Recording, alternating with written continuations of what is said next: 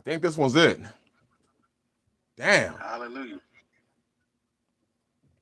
Well, Shabbat Shalom, brothers. Woo. Shabbat Shalom. Shabbat Shalom.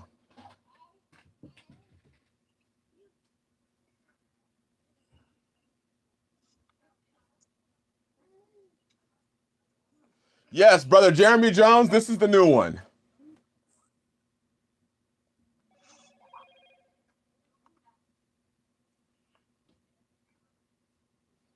Let's see. Oh, damn it. Buffering. No. I knocked the microphone off. Oh, okay.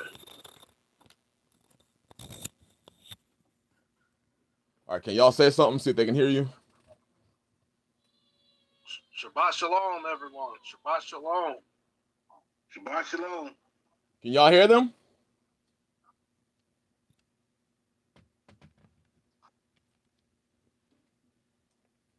All right, bro. Jay Moore said 5 by 5.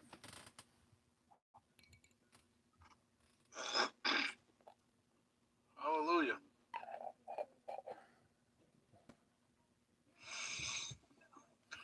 We done did some upgrading. Westhold Forge. I got your hose. Damn, that sounded wrong. And we gonna hit on that. Brother, I got the hose. That sounds a little bit better. I'm gonna do a video on them because those things are off the chain, brother. They are off the chain. I thank you so much. But I'm gonna do a video on them. And just so everybody knows, so that the name of the video is gonna be Love Them Hoes. That's what I'm naming it. Just letting y'all know so you can look out for the video. No, I'm not talking about hoes. I'm talking about the hose that Westhold Forge sent me. Thank you so much. And brother Ken, I went to get what you sent, and it's at the post office, and I got there too late. So thank you, brother Ken. It's off the chain. Don't put it on my gate. It's gonna be looking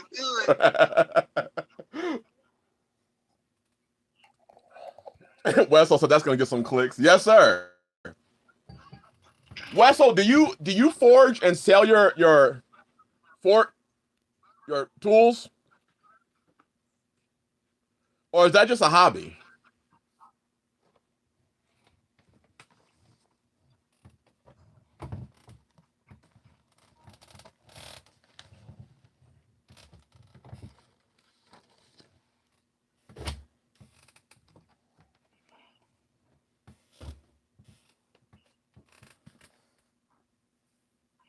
Oh, okay. He does more trade than sales. Man, those were off the chain. It's a L count. It's a flat hoe. Damn, this is sounding all wrong. I'm gonna show it in video. They're nice. They are nice. And I'm one of them Westhold. I look for function over looks. They look good and they function good. But I like the look of them. I can't wait to get dirty with it. I'm taking them hoes. Woo! I'm about to use these hoes up. Y'all don't know. Man, there must be some good hoes. They're the good kind of hoe. They just begging to be used. High producer.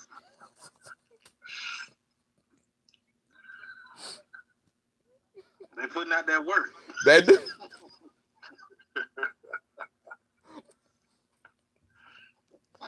They're the kind that help you get that seat in deep.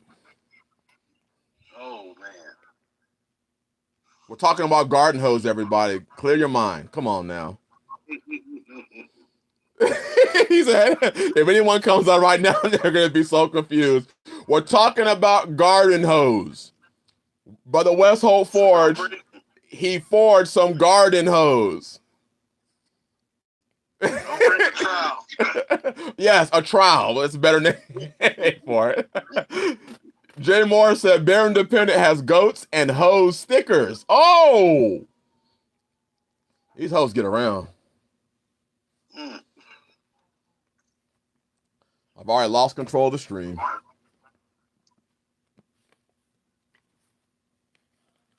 Oh, it is dark.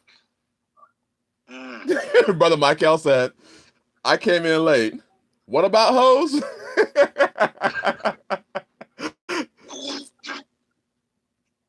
That's why I got some really good ones. I got some good hoes.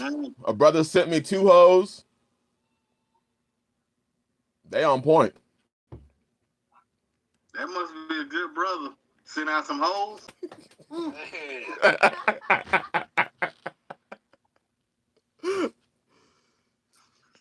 Y'all see the name of the stream today.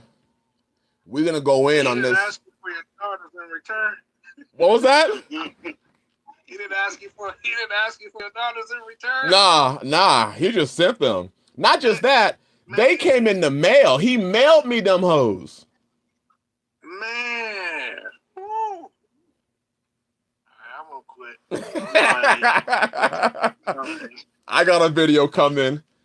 It's gonna be love them hoes. Brother Ken said light or dark. Actually, I think they're mixed because some parts are light and some parts are dark. So they gotta be mixed. The mixed ones be good, man.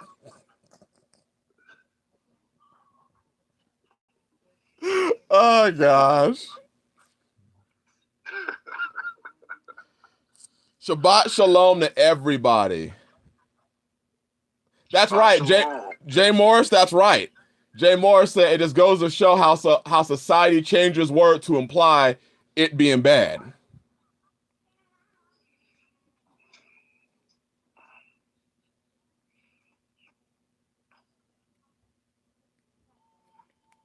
Hallelujah. But you see the topic, we're gonna go in. We got messages. People are asking on inheritance. We're gonna talk about inheritance. We also have other things. This is gonna be a very broad stream, but focusing mostly on inheritance. We got some pretty good streams coming up. We have a stream coming up on what people know as shepherding or the shepherding movement. You know, we have men that run around telling somebody, bless you, shepherd. And I'm like, I mean, how many more accounts do you need? Was it John 9? Yahshua says he is the good shepherd. All the ones that came before him were liars and deceivers and everything. David said, Yah's my shepherd. In Ezekiel, Yah told Ezekiel to go and speak to the shepherds, to rebuke the shepherds for fleecing the flock. And still we got men running around, hey, shepherd. I'm like, damn. Even in Ezekiel, he says that he's going to send one shepherd. I give up. You know, it'd be short bus. I really feel that way. Like when it comes to the faith, like people they're short bus. Like they can't understand the simplest things, but yet everybody talks about the spirit of truth, and yet they can read stuff and still bypass it and say, shepherd. I mean, is reading comprehension that bad today? I don't think it is, bro. I think it's everybody have their own truth. And they act like say that again, bro. They're private interpretations. There we go. Right. Oh man. There we go. Yep. All right. Shabbat shalom. Brother Jeremy Jones, Sister Amy, Shabbat Shalom. Amelia, Salt and Light Gypsy, Shabbat Shalom. Brother Ronnie Rainier, Shabbat Shalom. Dope Law, Shabbat Shalom. Brother Jay Morris, Shabbat Shalom. Steve Wilson, Shabbat Shalom. First Last, Shabbat Shalom. Elk Count 25, my brother, Shabbat Shalom. Sister Sky, Shabbat Shalom. Abundant Life with 5, Sister Priscilla, Shabbat Shalom to you and your head. Yahshua, my salvation, Shabbat Shalom. Brother Rico, Shabbat Shalom. Brother Rick O'Connell, Shabbat Shalom. Tribal Lady, Shabbat Shalom. Brother Westhold, Shabbat Shalom. Elder Barak, Shabbat Shalom. Did I say that already? Brother Ken, Shabbat Shalom. Brother Michael, Shabbat Shalom. Boyd Chapman, Shabbat Shalom. House of Lee, Shabbat Shalom. Yehuda Yah Israel, Shabbat Shalom. Brother David Patterson, Shabbat Shalom. I just read your comment, Brother David. I thought they were flat. Now you're saying they're on point.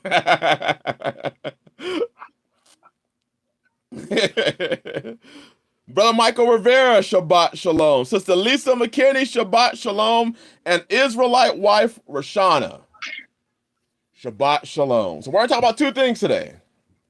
We're not going to talk about one in totality. We're going to talk about the shepherding movement, but that's a little bit later. Right now, we're going to talk about inheritance. But first, we decided that I was going to get demonetized this stream.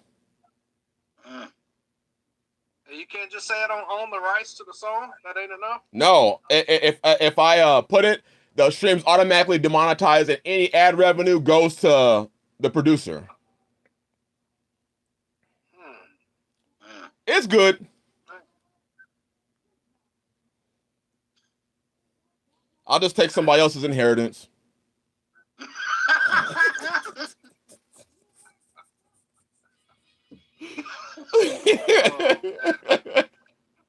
That was a good one. I like that.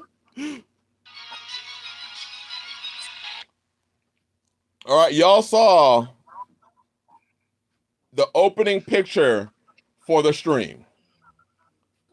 But there's a song by a man, and yes, it was a Monopoly pieces. It was the deeds and the money, the inheritance. And then my brother sent me a song from a Christian rapper that we like. His name is Bizzle. And I want to just play a little line for you.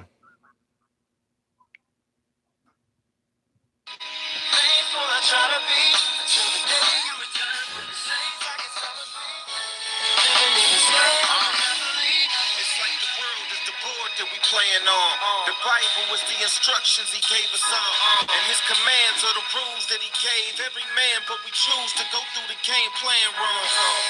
And oh, how wicked the bankers are, but it's the greed of the nation that they banking on. It's like putting money under free parking. Everybody sees the benefit and plays along. We all on a quest for hotels, but take the wrong chance, you can go directly to jail. You catch an L, homie, you don't get to roll again. Or it's 3 to 5 before you get to pass go again. Some of us on the boardwalk where they ballin' at. Some will never get the chance to make it on ball to dad. And the Lord is the creator, but the devil got a hold on all the players. Brother David, break that down. Man. If y'all don't know, the name of the song, the rapper is Bizzle, Bizzle, and the song is Monopoly. I think it's a very powerful song because what he's speaking on is just straight truth. You know, how many people, and it's an awesome analogy, you know, how many people go into the game of Monopoly willing to cheat, you know, others ignoring the cheating going on for the sake of, you know, because you believe or perceive that you're going to benefit from it. And then at the end of the game, all the money, all the pieces go back in the board. You don't take it with you when you walk away from it. But what you do take away is the fact that you're a cheater. So that's one aspect of it. And then, the probably the bigger picture, though, is just what is money anyway? What is money? What is this fiat currency anyway? And how many people are willing to sacrifice everything, including your soul, your salvation, for a piece of paper whose value is printed on it? So I won't give it all away, but I'd highly suggest you check it out.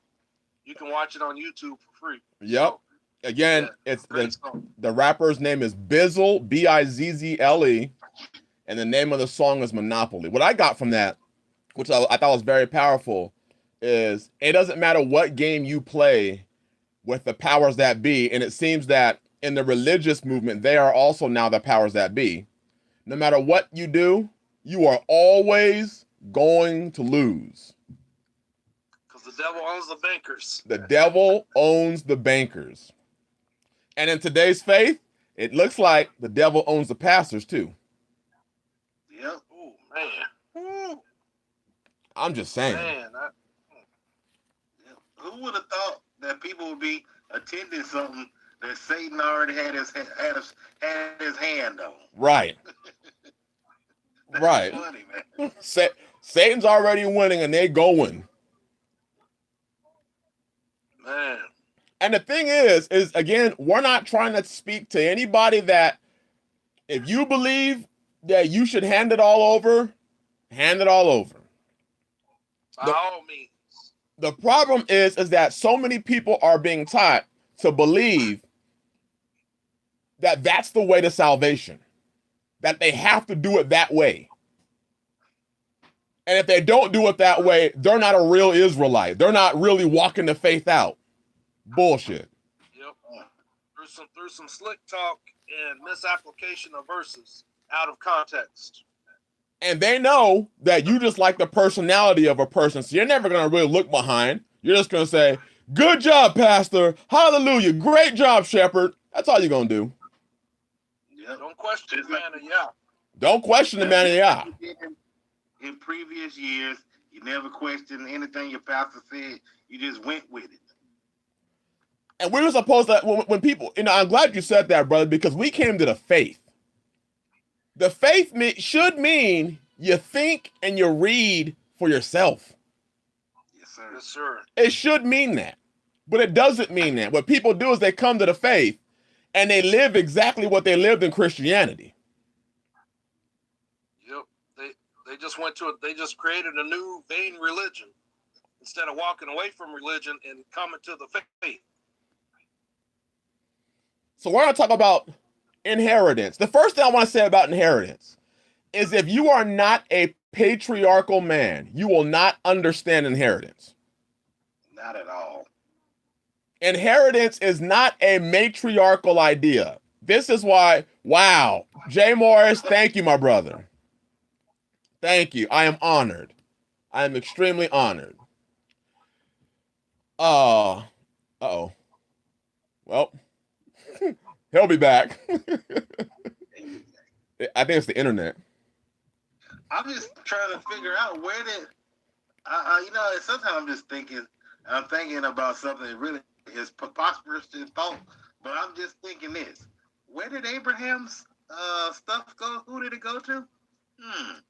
We have scripture on that we're going to go to.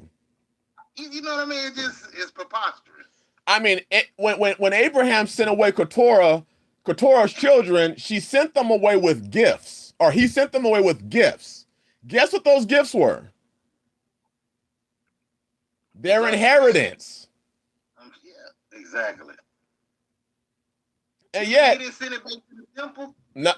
No. They didn't give it to the temple and have the temple turn around and have to give it to the men.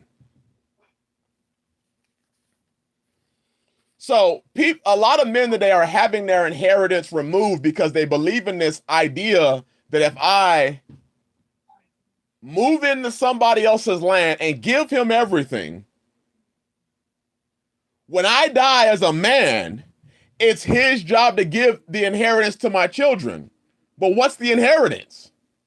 What do you own? Remember, all things are in common. So if all things are in common, what part of that all things is your inheritance?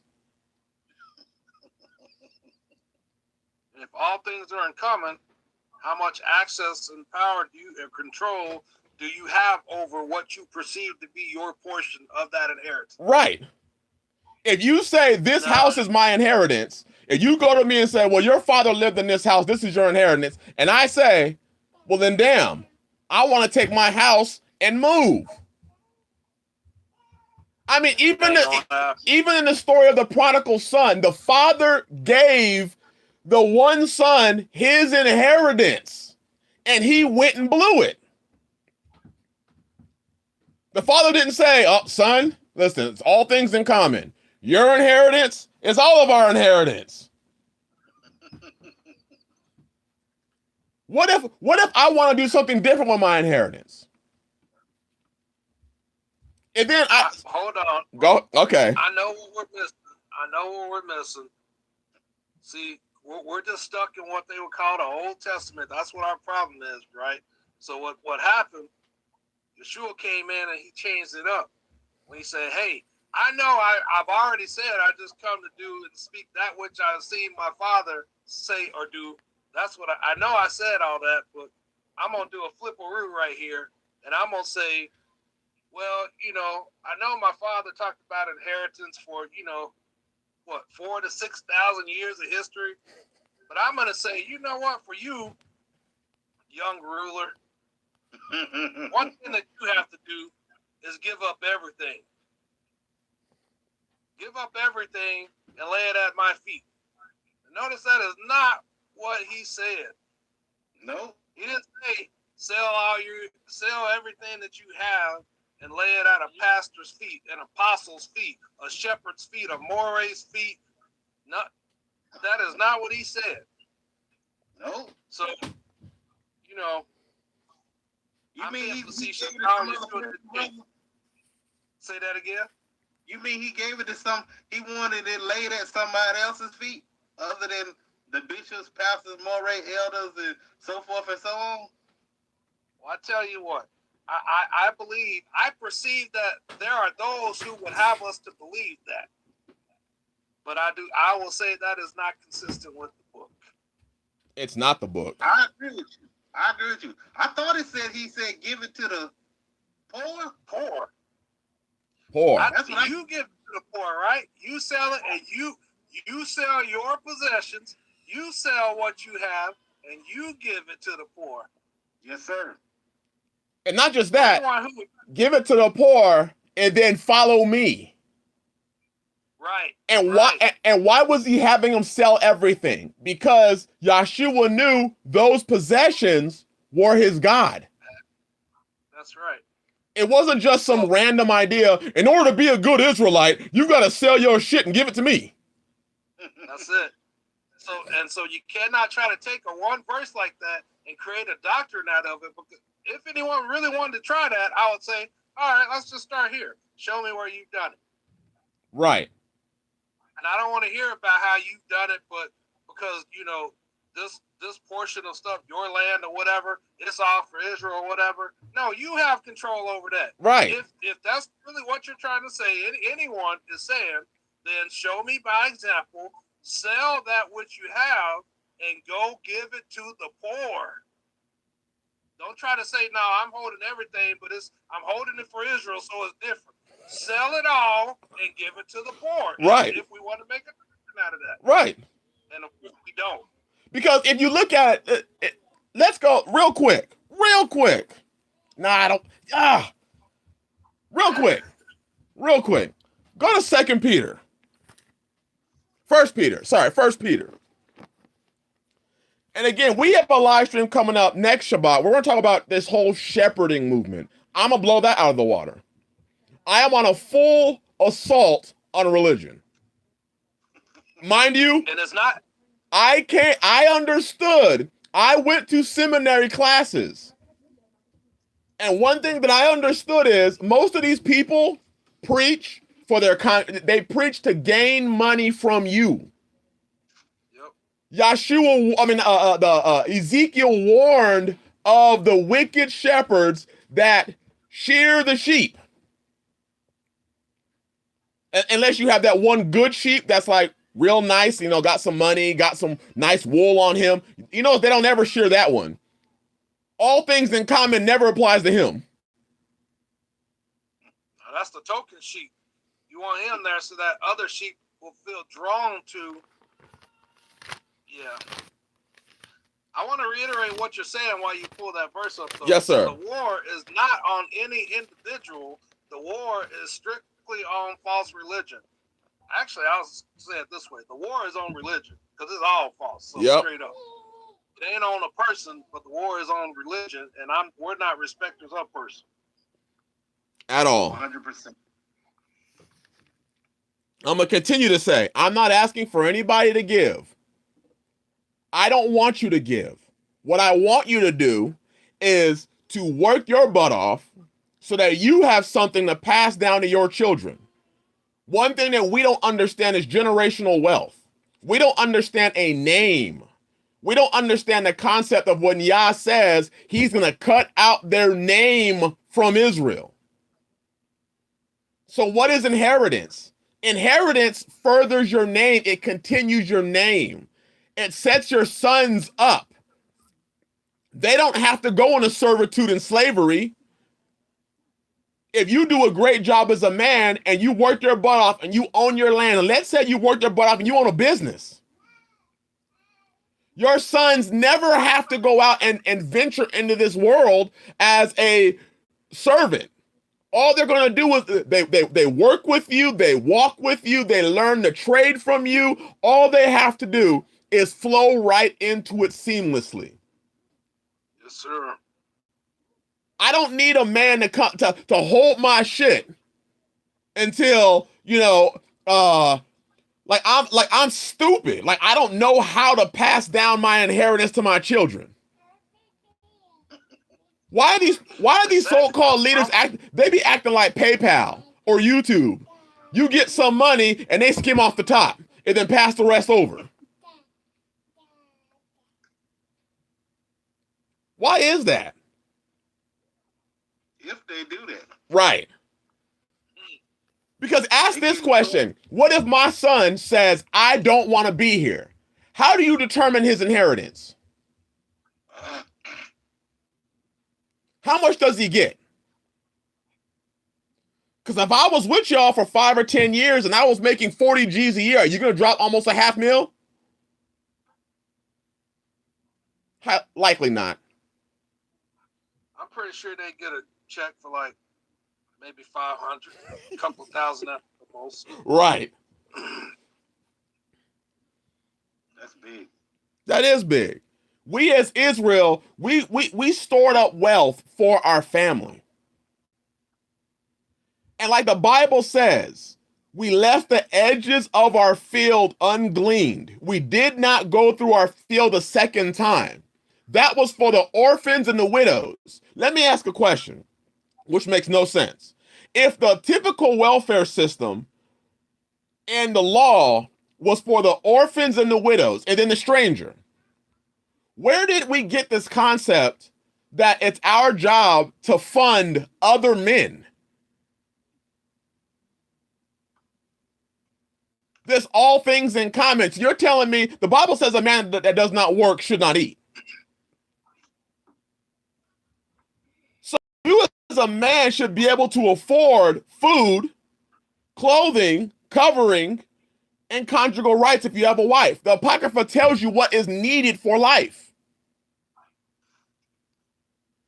So where do we get this idea that I'm supposed to work my ass off and then go to somebody else and give everything that I have to somebody so that he can give me a little bit of what I gave him, and then give the rest of my stuff to a bunch of other people who may not be working as hard as I am?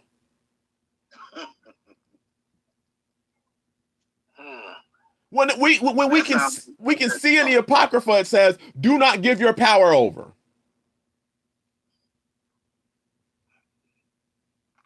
So I'm going to give it because go ahead, brother. I was going to say, that sounds like slavery. It's straight up and down slavery. Yes. Man. And we call this the faith. the faith. We have no concept of community. We say today, well, we should all live together because when things get bad, we're going to need each other. So I'm supposed to give up my inheritance for that? Because we're going to need each other. Go ahead, brother. We're going to need each other to be strong and establish each collective or each individual homestead. That's what we need. Right. We need each individual brother to step up and grow, be the best version of himself that he can be. Create the best homestead through the work of his hands that he can do. So that collectively we come up. That's what we need. That's the welfare system we need. There you go. Yes, sir. That's how you help the maximum amount of people. You help the maximum amount of people, not by one person having it all, but by everybody. Helping and lifting each other up. And that does not mean all things in common. That does not mean, because even the whole construct of all things in common. So is my wife or wives all things in common? No. What about when the Torah says you are not to move the boundary? If there's no boundary because it's all things in common, then I can trespass all over you all day long. Because you've got no boundary. You may come in, you may walk up into your house, go to use your bathroom, and I'm gonna be sitting on the toilet. All things in common. All things in common. I'm gonna tell you to hold it.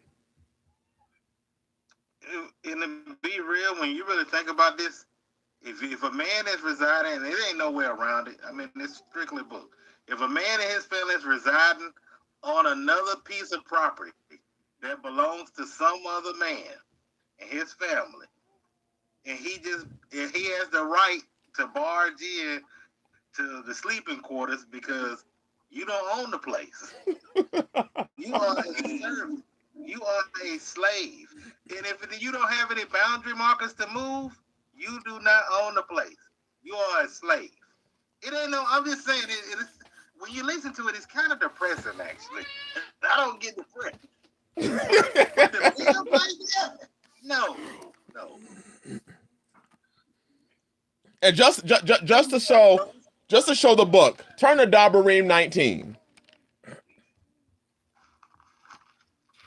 Think about it. They say people talking about they liberating the people. How you liberating the people if you holding them captive? You got all their stuff. Right. That's not freedom. Dabarim 19, look at verse 14. Thou shalt not remove thy neighbor's landmark, which they of old time have set in thine inheritance, which thou shalt inherit in the land that Yahweh thy Elohim giveth thee to possess it. Well, if I own your inheritance because you live on my land, there's no possible way I can move your landmark because you're on my land. That's right, straight up. I can move whatever the hell I want to, and you got no say-so.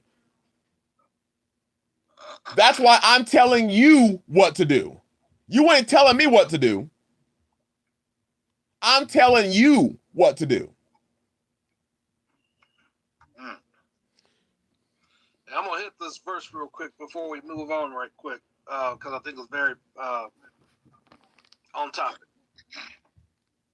Especially in the analogy that you just gave of, you just might roll in and, either barge into the sleeping quarters or, you come into your house and somebody else in there using the bathroom because you have no hedge. Right. And if you're on that person's property or you belong to that person, you can't have a hedge. You can't have the boundaries. Nope. You're in servitude. They may call it something different.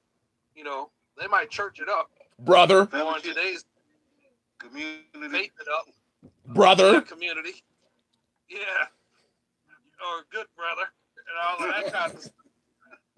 You real family because you really obedient. All of that. You just a servant. This is just straight up the book. This is the book.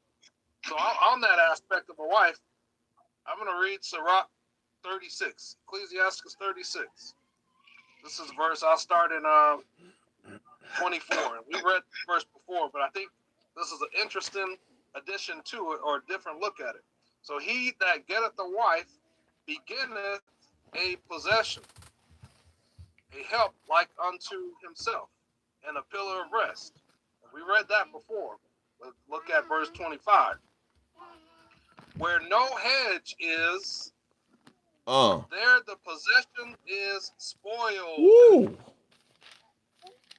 And he that hath no wife will wander up and down mourning. Why would you have no wife?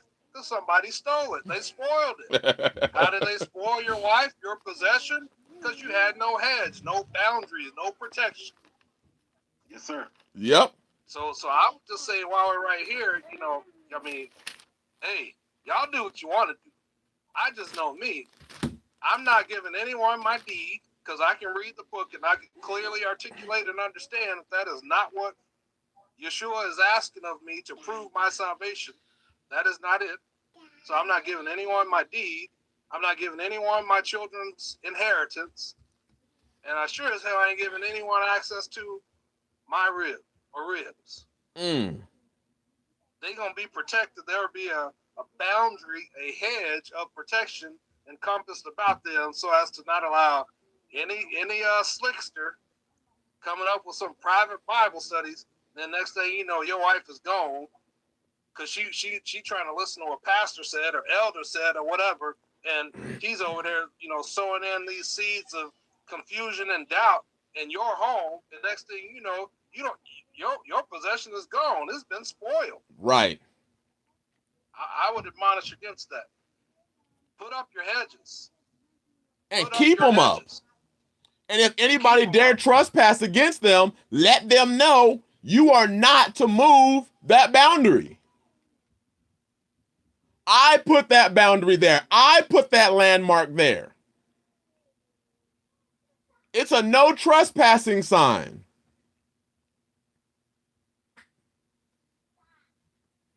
We're going to read one more verse. We have tons of verses we're going to read. So we're just laying the groundwork. Shabbat Shalom. Sister Elaine. And then Sister New World, I saw your question. We will address it. Look at Ezekiel 46. Ezekiel. Man, this is going to be game over. Ezekiel chapter 46, starting at verse 16. Thus saith the Master Yahweh, when the prince gives a gift to some of some of his inheritance to any of his sons, it belongs to his sons. It is their possession by inheritance. And when he gives a gift of some of his inheritance to one of his servants, then it shall be his till the year of release. That's the year of Jubilee, the 7th year. Then it shall return to the prince. Only the inheritance of his sons is theirs. And the prince does not take any of the people's inheritance by evicting them from their possession. He is to give his sons their inheritance from his own possession, so that none of my people are separated from his possession. Man. How much more clear than that? Yah, if Yah gives you something, did Yah really give it to you to go give it to somebody else? That's an absolute no. That would indicate to me, if that was the case, you are a terrible steward. You were the servant that went and buried it in the sand. That was Ezekiel 46, 16 through 18. That was you're the servant that buried it in the sand. If Yah gives you something, he wants you to go be a good steward. Make him some money. Do the best with what he gave you. And you, men, so-called patriarchs, You give the inheritance to your children. Do you know how bad it sounds that another man is giving your children your inheritance?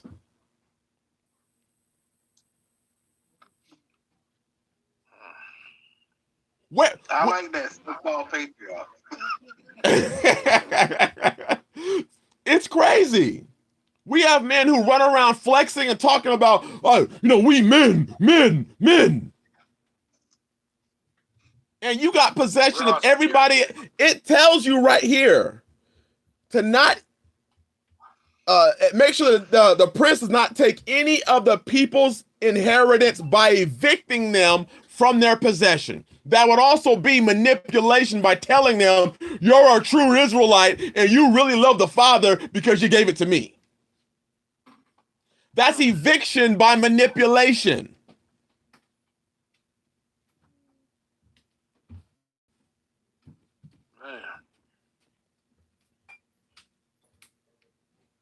I know they're going to say, well, I'm not a prince.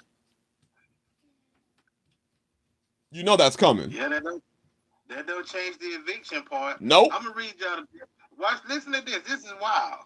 The definition of eviction is to expel someone from a property. Oh, man. Kick behind off. Like you said, through manipulation, hoodwink, flim-flamming, slick talking, whatever it is, making you feel bad about yourself. Just throwing you off your property. Basically robbing your inheritance from you, your children, your grandchildren, whoever, without a pistol. These guys, these some bad dudes in Israel, Jack. They robbing jokers without a pistol.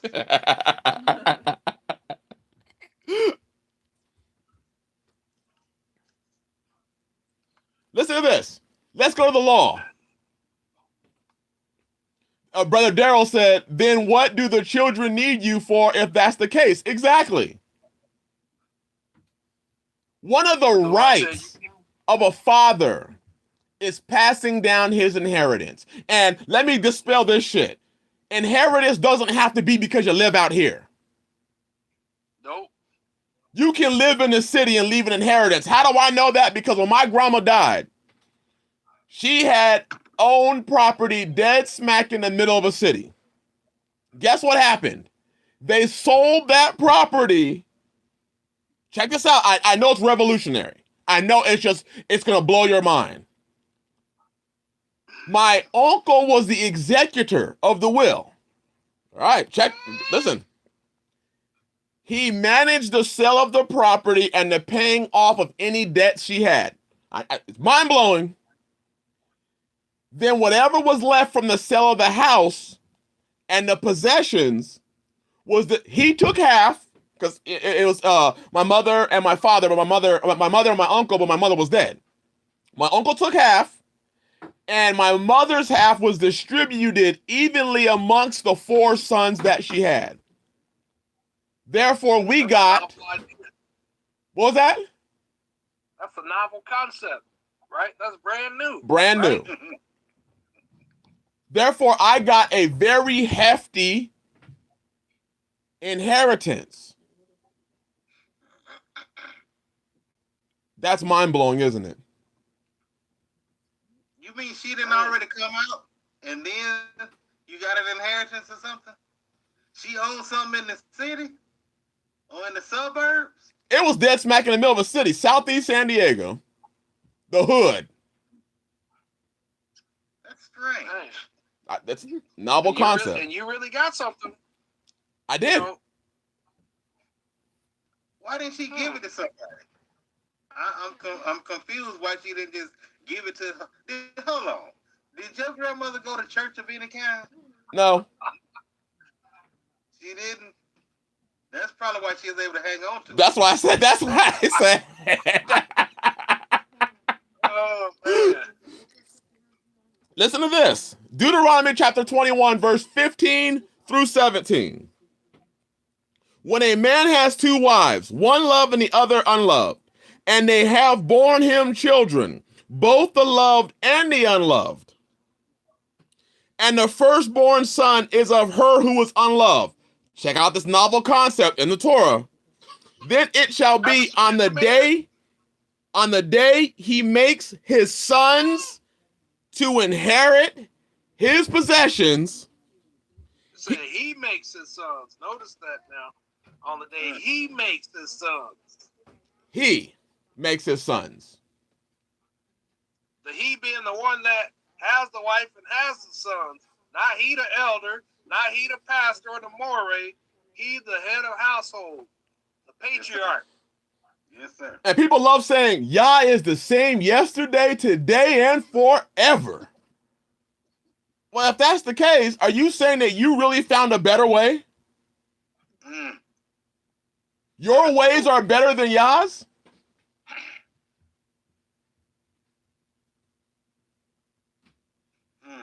You're going to take or try to take one account in Acts, completely distort it and warp it, and make it seem that everybody is to give you their inheritance. And you are so just and loving that you're going to distribute it evenly. So what you basically said is that man that gave you his inheritance is dumb because he can't manage his own. No wonder he gave it away. He couldn't manage his own inheritance. He didn't know how to give it to his sons. Again, I would venture to say, I bet I would almost guarantee in these circumstances where a person has been, and I'm just going to state it straight up. When a person has been foolish enough to hand over all that you have to another man, I would venture to say and guarantee not only has he now control over your purse, if you will, I bet he's controlling what's going on in your house too. Ooh. I bet on. Oh, I bet your financials, your dollars ain't the only thing he's controlling that you have given over. You gave over your testicles. you gave over your ability to manage your own house and lands. I mean, do you have to ask, can I get a dog, please? What? Please? Can I buy another 5 more chickens? I bet you do. I bet So you you mean do. they just can't go out and buy whatever? Some people, well, you're right. If you a slave, you just can't go out there and buy. You know, you gotta wait for the master's instruction. How can you just go buy anything when you ain't even in control of your check? Right. It's all things are coming. But that labor wasn't coming. Man. Anyway. Sister Jasmine, I see your question also. And we're going to address that one. Look at Proverbs 13:22. A good man. So what kind of man is this? A Good man. A good one. Okay. A good man leaves an inheritance to his children's children. I didn't say his elder's elder. But the wealth of the sinner is stored up for the righteous. A good man leaves an inheritance to his children's children. A terrible man. A good man. It must not be Israel.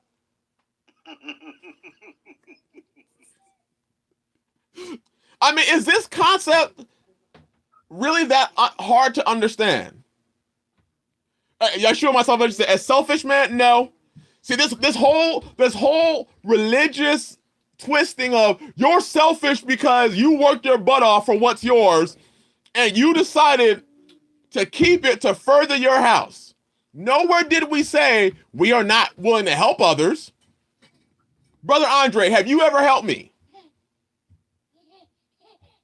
Help you do what? Like put the extension on the house? Yep. Yeah, I help you. Brother David. Yes, sir. So they were still able to help me. They didn't have to give me everything that they own No, to help me. no. You didn't require that. I didn't say in order to be a help, brothers, you have to sell your tractors or just drive it up to my property and lay it at my front gate. What the? Ooh. Because your tractor is our tractor. Man, you know what? When I think back to, back in the day when we was trying to figure it out, and we was talking about the Israelite Council of Brethren. I'm so glad we don't. This gonna sound bad when I say this. I'm so glad we tossed that fucking all things in common shit in the garbage, cause it was some bullshit. You know, I'm gonna just say something. Sometimes you can want to just have brotherhood to the point to where you be overly emotional and you do shit that be against the word. I'm so glad we just started studying that thing real hard, and we came up with the conclusion of, nah, this y'all's word. We can't change this. It is what it is. Matter of fact, all things in common kind of makes me want. It makes you feel like you want to vomit. It does. Because it's contrary to God's word. It is. Absolutely. It is. It's completely contrary to Yah's word. Because the meaning of that has been distorted. If you actually read the account, Ananias and Sapphira sold a possession. They didn't even sell everything. And Paul even said right there, their issue wasn't that they were not. If they didn't want to give everything, that would not have been the issue. The issue was the lying. Yes. Proclaiming, hey, we're giving everything. In other words, you're trying to grandstand like you're doing this, but you're not. Right. Yes, that was the issue. But if anything, that just proves that while it was in their hands, I think that's how he worded it. Yep. Then it was with it for them to do what they wanted to do with it. Right. So, I'm sure since we're drawn from that area, if Paul just really meant everyone should sell everything that they have and give to everybody else, and then we'll all just kind of merry-go-round. Everybody take turns selling everything, and then we keep giving to everybody because now everybody broke, or nobody has anything, and it's just like this come-up scheme. Everybody still that's just foolishness. That's foolishness. But if that's what Paul meant, I'm sure that was a fine place where he would have just articulated it right in the book. Notice that didn't happen, though. People always say Paul was a Pharisee of Pharisees. So did him or did Peter, who walked with Yahshua, did they just make up something? No, sir. I would encourage to even find the precepts of that, where that was normal how our forefathers lived and worked. There it is, Sister Elaine. They conspired to deceive. That was their sin.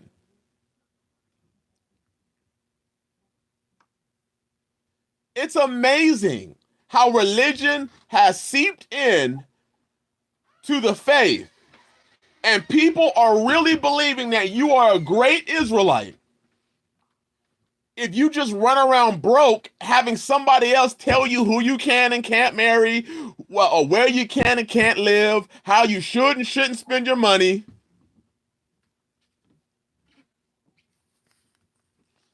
Let's find some more examples. Well, I want to read. Oh, go ahead, brother. Go ahead. Oh, all right. Just because, Yah, he's the same. Yesterday, today, and forever. And Yah has been, and is still today, very serious about inheritance. Yep. I just want to read something real quick. I'm going to go to Genesis 15. We'll just look at Father Abraham. Mm-hmm. Genesis 15. I'll start at 2. And Abraham said, Lord, Yah, what wilt thou give me, seeing I go childless?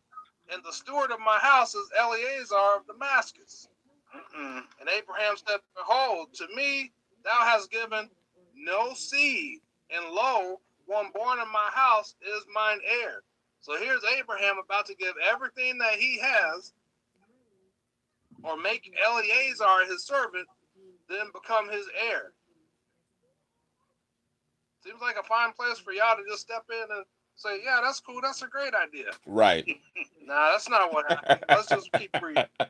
And behold, the word of Yah came unto him, saying, this shall not be thine heir, but he that shall come forth out of thine own bowels shall be thine heir.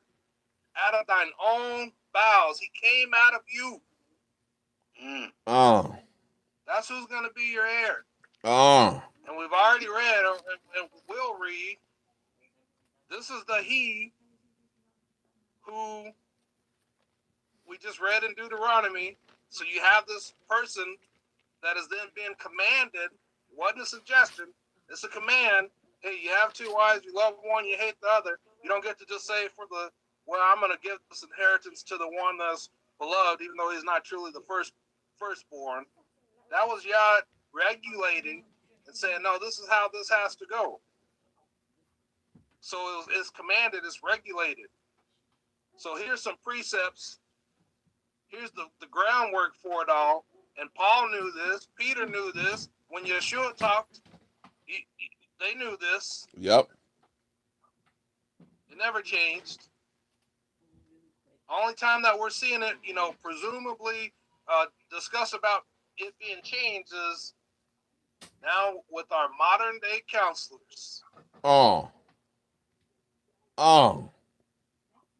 Coming and giving you their counsel of how, in order to really be Israel, this is what you should do. Right. And as the book said, I'll just say you should take heed or take note and know of what need they have of you before you receive their counsel. That's the book. And we're not asking you for anything. I don't want anything from you. Yah has given me everything that I need. If I don't receive a penny from anyone out there, I'm good. Yes, we're sir. good. We're not asking you, hey, don't go give everything you have to this person or this ministry. Bring it over here instead. In fact, we're saying, do not do that. We're admonishing you as strongly as we can. Don't do that, please. For the love of Yah, put your hedges up and keep them up. Right. Yes. Protect yourself. Protect yourself. Protect your possessions. Protect your stuff. Stop Yes, letting sir. people switch out of your stuff, out of your children's inheritance. Because you're going to be judged by what you do. And just to prove something, because Brother David just killed it, and this is also the answer Sister New World. If a man passes and has no sons and leaves everything to the wife, when the daughter marries, is the wife required to give everything to her son-in-law? Let's go to the book. Yes, sir. Numbers 27.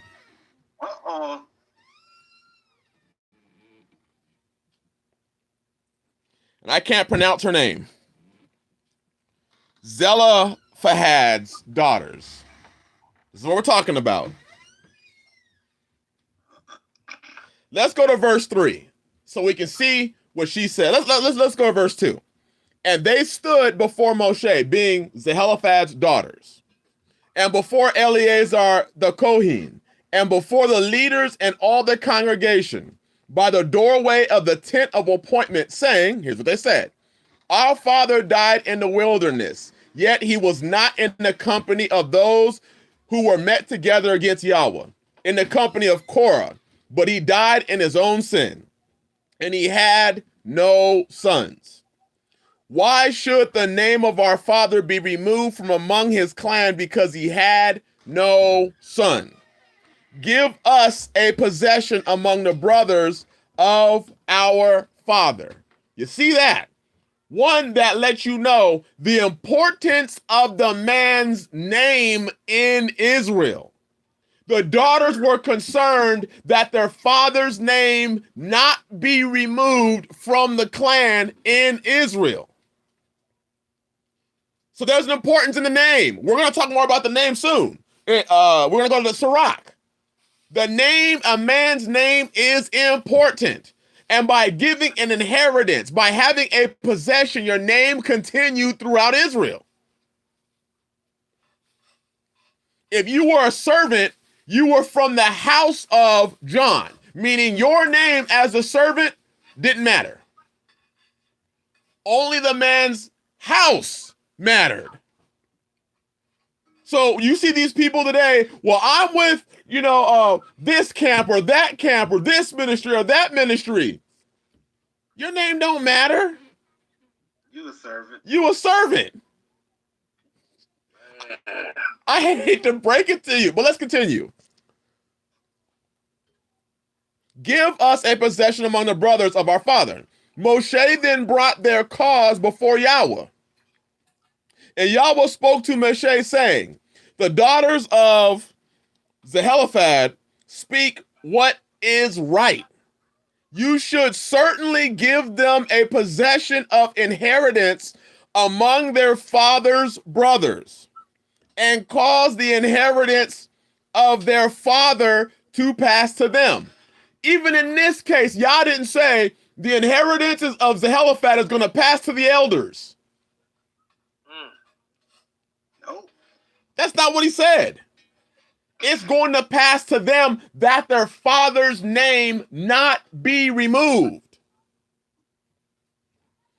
And speak to the children of Israel, saying, when a man dies and has no son, then you shall cause his inheritance to pass to his daughter. And if he has no daughter, then you shall give his inheritance to his brothers. That's blood brothers. That's not spiritual brothers in Israel. How do you know that? Look at the next. And if he has no brothers, then you should give his inheritance to his father's brothers.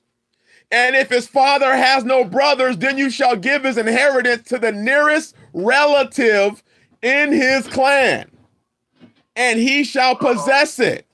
And it shall be to the children of Israel a law of right ruling or righteousness, as Yahweh commanded Moshe. Nowhere does it say it's going to the leaders.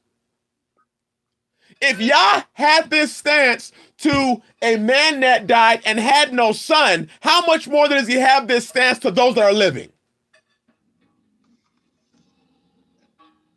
Look how strong that is. Y'all, if you don't have sons, y'all is like, okay, it's gonna go to your daughters. He's serious about keeping it in the family. Yes, sir. Yep. Brother Michael, I just saw your comment. Michael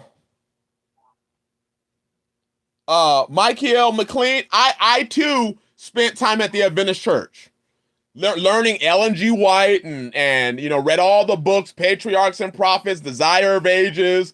I took the 13th Sabbath Communion. I understand, brother. I understand what the Adventist Church taught. Clearly. I mean, I know their studies all too well. Bless you, brother. So you see that Yah was very keen on making sure the inheritance stayed in the bloodline of that father, so that the father's name is not removed from Israel. Some of you men don't care about your name. You don't care. And your name, just like Dan's inheritance is wiped out, your name is going to be removed, because if you don't care, why would Yah care?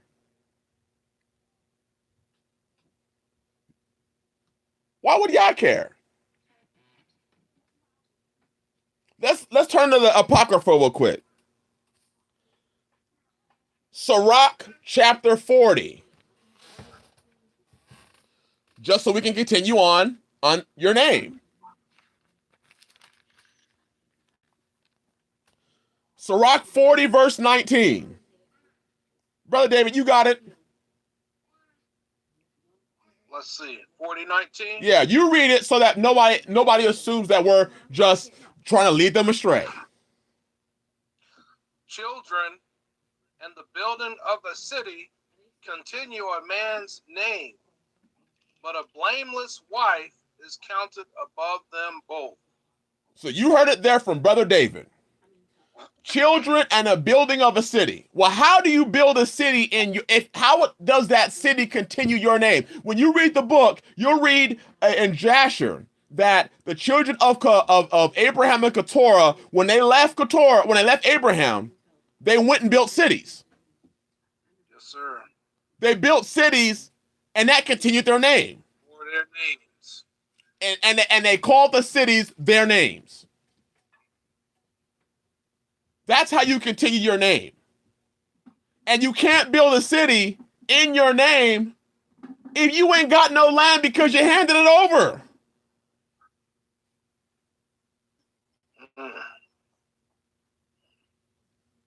It says even the heathens know that. right. Hey, the heathens think these folk crazy. Brother Daryl, it was that we read Numbers chapter 27, verses 1 through 11. And then we just read right there, it was Sirach chapter 40, verse 19. So a man's name was important in Israel. Without an inheritance that's being passed down, your name is gone. And when y'all are looking for, just real quick, when y'all are looking for these verses, if you missed them, Sky is putting the verses up as we go through. Ah, thank you, So Sister if you just Sky. keep looking in the chat, you'll see the verses are being put in there. All right, my bad, bro. No, you good. Yes, sir. So you're seeing the importance of inheritance, and we're even going to go to the renewed covenant because Yahshua speaks on inheritance. There are certain words that you have to get into your mind that all line up with inheritance. If you read the story of Jacob and Esau, Esau sold his what?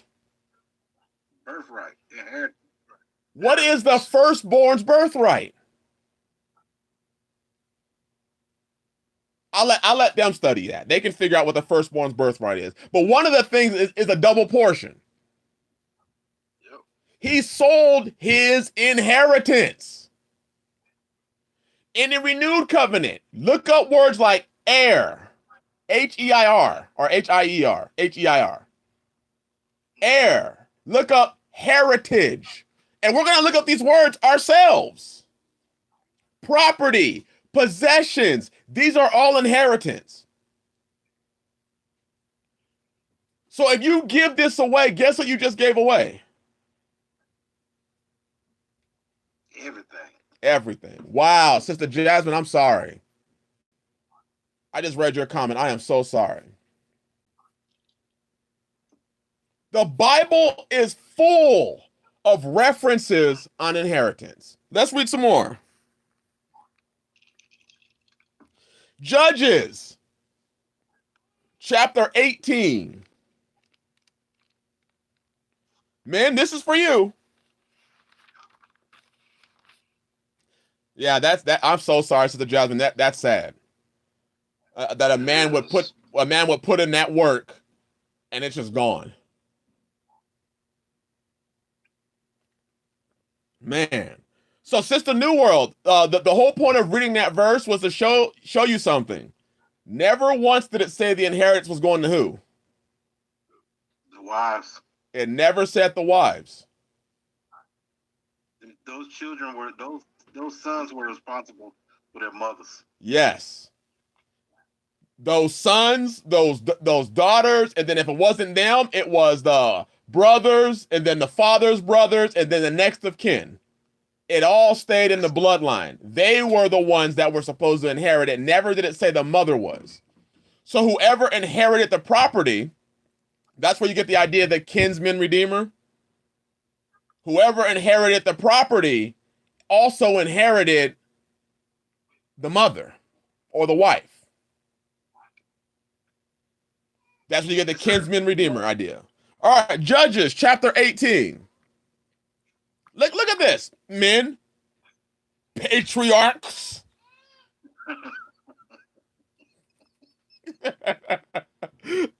In those days, there was no king in Israel. And in those days, the tribe of the Danites sought them an inheritance to dwell in. For until that day, all their inheritance had not fallen unto them among the tribes of Israel. So what does that tell you? They were looking for their inheritance to dwell in. When you have no inheritance, likely you're dwelling in somebody else's inheritance. Yes, sir. Whether that be an apartment complex, that apartment complex that that man owns, when he dies, if the bank don't take it, it'll be his son's. When you're paying rent to somebody else, you're paying for somebody else's inheritance. So that means that when you, as a son, and your father works and left no inheritance for you, what he's basically doing is he's gonna treat he knows that you're gonna be like Dan. You're gonna be wandering around. No place to call your own. No place to call home. See, when I leave this earth, my children will already know exactly how everything runs here. They don't have to pay rent anywhere. They don't have to wander. They don't have to worry about food or animals because it's all here. There you go, Joe Martin, a vagabond. You will be a vagabond. So let's just say let's say I gave all my inheritance or everything that I own to Brother David, and he would never ask for that. But let's just say, for example, if my children go against, let's say Brother David's like, I want to plant a garden of pomegranate trees. And my children are like, we want to plant a garden of corn. And Brother David says, no, get out. What happened to their inheritance? It's gone. Sad. It's gone. Here you go, Jonathan. Here's an inheritance we got from Brother Aaron. That's kind of crazy. Wow. Here you go, son. This is Brother Aaron. He laid everything at my feet. Right. Jonathan looked at me like, huh? Let me go get my brothers their inheritance back. And that's what it was talking about when we read in Ezekiel about the prince. Yes, sir. That's exactly what it was saying. And who's really going to, if I came to somebody's land with like $500,000. Man. Wow. Do you realize that your inheritance is gone? I just gave it to whoever the head of that place was. Goodness. Man. How many more verses do we have to read? We can keep going.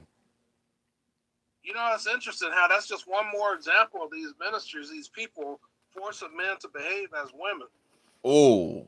Because what should a wife bring? You know, when she comes, she's literally, you know, bringing her possessions, and what's hers becomes yours. Yep. It's very interesting. That's how these ministries, so-called, you know, treat these so-called men. Yeah. And I say so-called because I think it's foolish, and you know, we ain't doing it. So I'll leave it at that. Yep. You know? Fallen Sky Prepper, that's absolutely right.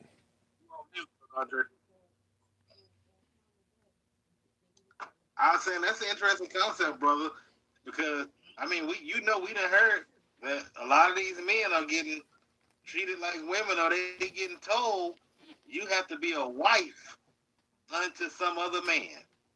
Man. You have to submit to me.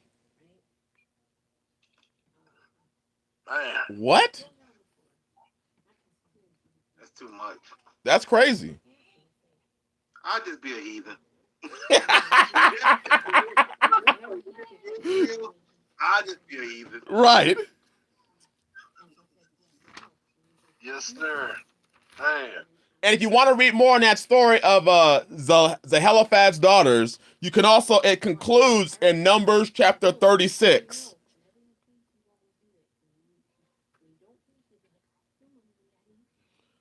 Let's look at verse 6. Numbers 36. Start at verse 6. This is the thing which Yahweh hath commanded concerning the daughters of Zelophehad, saying, let them marry to whom they think best, Only to the family of the tribe of their father shall they marry. So shall not the inheritance of the children of Israel remove from tribe to tribe. Yah didn't even want the inheritance to go from tribe to tribe. Let's continue. For every one of the children of Israel shall keep himself to the inheritance of the tribe of his fathers.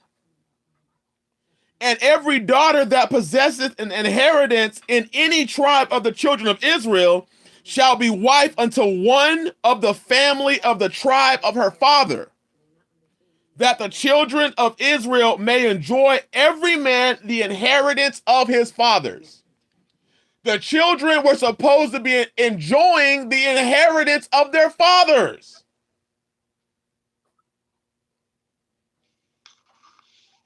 Where does that say that somebody else is supposed to give? I'm supposed to give my inheritance to another man so that he can give my inheritance to my children? Now that sounds like the book of Kool-Aid right there. Grape Kool-Aid or strawberry? That grape stuff. Hey, you know what we just read, man? I don't be thinking these brothers be getting it. This is so serious to the point to where y'all is like, hey, if one of your daughters or a daughter had that father's inheritance, she had to marry somebody in her father's tribe. Not no other people the inheritance that he gone. He distributed amongst the people of a community or whatever dudes be thinking. I'm gonna be honest, this whole community thing, people are just running that stuff into the ground. Right. It really look like a lot of times to me it'd be looking like big come up schemes. Yep. Yes, sir. Pyramid schemes. Yes, sir. Yep. The more you recruit, that's why a lot of these pyramid schemes, they don't care how many people come in the door and leave. That don't matter. Every time somebody comes in and leaves, you notice that it's those people that are wicked. Always. It's always the ones that left. But you just loved them, and they were just righteous, good brothers, faithful brothers. When they was given, man. Now they leave and they wicked. That's why I be telling y'all, be very careful who you tell your problems to. Don't let this. And we're not speaking against deliverance, mind you. We do it. But don't let this fake deliverance stuff that you're seeing where you just admit all your faults and they're going to cast out the demons. What they really did is you go to them and say, leader. Reconnaissance. Right. It's a recon mission. That's right. I'm dealing with the spirit of pornography. You tell them that so that when you leave, guess what they say? Yeah. We tried to work on this spirit of pornography in this brother and it would not come out. It's wicked. And let's say your wife didn't know you had a spirit of pornography. Now he's going to let your wife know. He was over there looking at women with big old titties. He was also looking at this and this and this and this and this. You ain't good enough. Yep.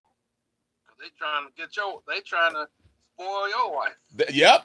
They going to spoil your wife. Sister Lisa said they will have a sermon on it. That's right. They will have a sermon on why they got rid of all these people. And then they'll mention them by name. Yep. He's just filled with the spirit of lust and the spirit of this and the spirit of that. That's why y'all got to be careful. The Bible tells you, Brother David said it. We've said it. You have to know before you go and get a counselor. Know what need he have of thee first. Test him. Try him. Don't just go and, because somebody's got a title, you're going to go and blab your crap out to him. Yep. Out of 1,000, only have one counselor. Only one out of 1,000. And everywhere you go, every church you go to, you see that pastor as a counselor. Right. You ain't tested him. You just heard everybody say he's a man of God, and you started repeating it too, like a damn parrot. You know better than the people who, when 9/11 happened and Bush was up there saying terrorists 10,000 times, and suddenly everybody was saying terrorists. So much so that they were able to recruit for the military and send people off to war. Because the passport went through the burning building and landed on the ground outside. Fire hot enough to melt beams, but didn't destroy the passport that flew out of his pocket. Right. Man.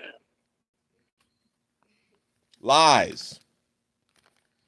Let's go to wait, first, Brother David, Brother Andre, y'all got anything? I was just gonna say on that piece, I always tell people, don't make the mistake of believing that just because it is, it will be. Oh. And what I mean by that is, don't ever make the mistake of believing that just because right now you're in someone's good graces or they're in your good graces, and so you're comfortable and you just spill your guts to them. People, y'all need to stop doing that stuff. Don't make the mistake of believing that just because it is, it will be. Right. Those people, if you look back over, you were the best brother. You were the, you're good brothers. Y'all really love me and all of this other kind of stuff whenever it's going according to this other person's standards or whatever. But, the moment, and you could not do anything wrong. You could just decide, hey, you know what? I don't agree with this or I don't agree with that, so I'm moving from in my household. We're going in this different direction or what have you. Or you just might do something like have the audacity to take a wife without their permission, whatever it may be. And now that person will then just use everything, all the ammo that you gave them and just tear you to pieces with it. And it's all stuff that you gave them. Right. Mind you. You provided them with every stick for that fuel. Man. So, we have to learn how to, out of 1,000 counselors, only have one. And that's their process of testing and knowing and understanding what need they have of you and choosing that very carefully. And then most importantly, you understand that you have, your relationship with Yahshua and the Holy Spirit and hopefully, a few trusted brothers that you can walk this journey out with. But yeah, I was just going to say, I would caution very strongly against, all of this church hopping or faith hopping. You one camp, another camp. I saw someone, and I missed the name, but you were talking about how they came out of the Seventh-day Adventists as well. And I would just say, the solution for that, this is what I would admonish moving forward. All religion is false. I'll say it again. All of it. All religion is false.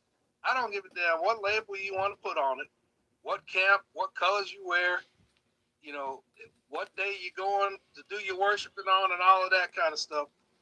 All religion is false. This faith is the book lived out. That's real. This book and the instructions therein and living, not hearing it, but doing it. That's what we talk about, this faith. And that's not, us three up here, we're not the faith. No. We're the faith for our families respectively. That's who we are, the ambassadors of Christ, Yahshua, for our families. Right. Yes, sir. So we're not asking anything of y'all. So, my advice and my admonition would just be, get in this book, delve into this book for yourself, understand what the Father wants from you through this book, and you'll be, it will free you from all of the bullshit of religion. Hallelujah. And then never bind yourself to it again. Ever. Hallelujah. That was good, brother. That was real good, powerful. Yahshua said, "Ye shall know the truth, and the truth shall set you free." Yes, sir. I was going to just, it would be almost like piggybacking off Brother David. I was thinking about, coming into the faith, and I'm just going to say for me, I'm just going to use this, and I think that's what we have to get over. We got to get over this euphoric feeling that we searching for, or this another level, and all of that bullshit that we got from prior religion. We got to get over that stuff, man. The next level is for us to walk this book out and live it. Right. If you want to have a deeper because people love this. I want to have a deeper, more in tune relationship with the Most High. No, you can get deep by reading the book and fucking living it. That will open up so many doors. Well, okay, if you want to be big time in your mind, that will open you up to a whole nother dimension. Because we ain't been fucking doing it. Right. Yes, sir. So that's all I had to say is that if you want to get deep, why don't you just live the fucking, why don't you read it and live it? That's it. And don't do anything else that some other guy just made up some.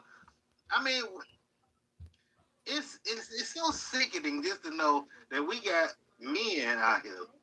Shit, you can't leave your family nowhere because the pastor is leading your family. It's just sad. Right. It's a tragedy. I'm just gonna say this. Over one of the feast days, and even before it is, I have heard men saying, and even their wives saying, women don't have faith in their husbands. Yep.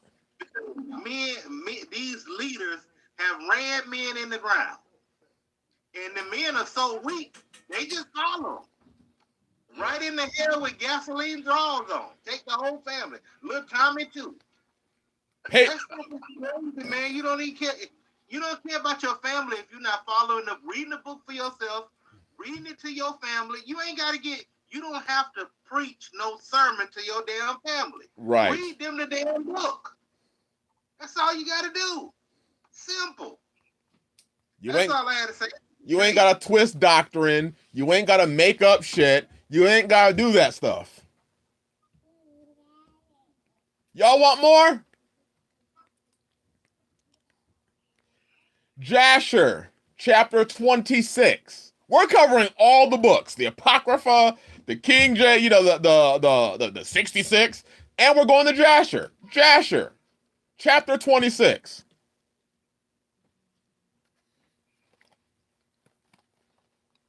Michael McLean, that's truth. We have been following everything else, brother.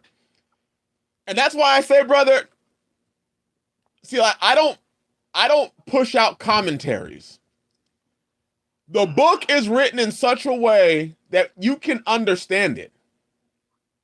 The problem is that we're so used to having somebody tell you that there's some secret, deeper mystery meaning that only they have because they have the Holy Spirit and you don't. And when you get to their level of deception, you'll understand it the way they do. That's really what they mean. The book is not that complicated. And that always reminds me of the ever learning, but, always learning and never coming to the knowledge of the truth. Right. Right. And that was supposed to be about women. Now we have men that do that. How fitting. How fitting. All these patriarchs. Jasher chapter 26. Look at verse. Well, first of all, sorry, let's go to chapter 25. I want to prove my point about building cities. Look at verse 6. 25 verse 6.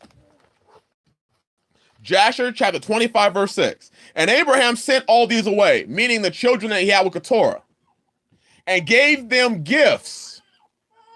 And they went away from his son Isaac to dwell wherever they should find a place. And all these went to the mountains to the east, and they built themselves 6 cities, in which they dwelt into this day. They named the cities after themselves to continue their name. Now go to chapter 26.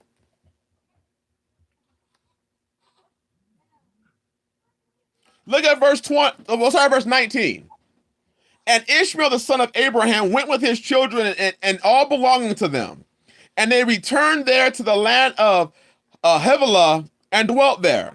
And all the children of Abraham's concubines went to dwell in the land of the east. For Abraham had sent them away from his son and had given them presents, and they went away. Look at this. Verse 21. And Abraham gave all that he had to his son Isaac. And he also gave him all his treasures. And he commended him, saying, dost thou not know and understand that Yahweh is master in heaven and in earth, and there is no other beside him? Read the rest of that chapter. What Isaac inherited was possessions and his father's wisdom. He inherited both. Wisdom, possessions, all that. How are you supposed to inherit your father's wisdom if your father is submitted to another man? Then all you're inheriting is that other man's wisdom. Mm-hmm. That's it. It said he gave all. All. All. Dang. And then Isaac went and laid all that he had at the pastor's feet. What? And said, Dad, this man over here is more of a man of Yah than you were. Yep, that's basically what you said. Bump you, Yah. Bump you, Daddy. Yep. Yeah. That's scary. I mean, how many more examples do we need to see it was the father's job? That sounds to me like, going back to what pride is. Woo. You think your way is better than Yah's ways, and you start living contrary to the book. That's the beginning of pride. We know what come after that. I just stay with what they say. My skin is pretty thick. I ain't worried about being called selfish or not Israel, real Israelite or coon or any of that other stuff. I just stick with the book. Right. So let's go to the renewed covenant. We'll hit this a little bit. You remember, the father gives the inheritance to the children, right? Who is our heavenly father?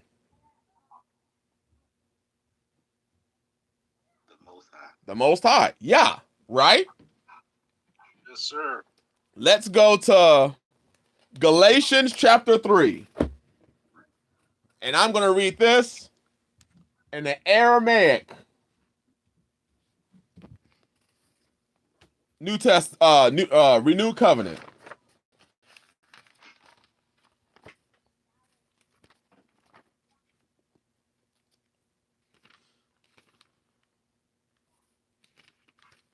Galatians 3.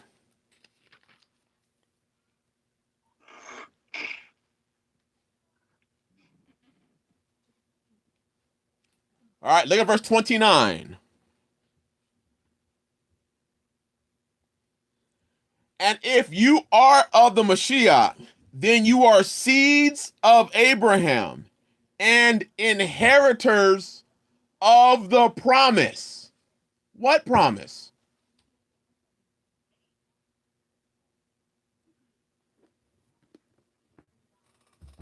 We inherit the promise. Salvation. Yep, there you go. We inherit the promise because we are of the Messiah. Hallelujah. There is nobody else but the Messiah giving us that inheritance.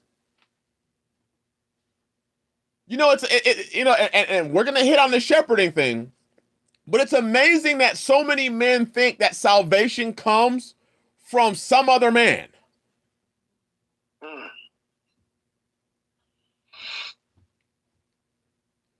You know what? I'm going to go there. We're not going to hit it in its totality. But how many of you think that your pastor is your shepherd? Just go ahead and answer. The Lord is my shepherd, brother. I'm good. Hallelujah. I don't need no pastor. And we're going to go further into that. How many of you think that Your pastor, you call your pastor shepherd because you want to be real nice, hey shepherd. Hey shepherd. Don't even know how dumb you look sometimes. David said in Psalms 23, Yahweh is my shepherd. I shall not want.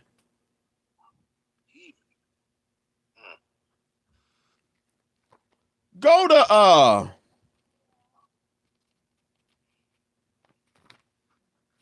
was waiting for the organ to start, man. Yeah.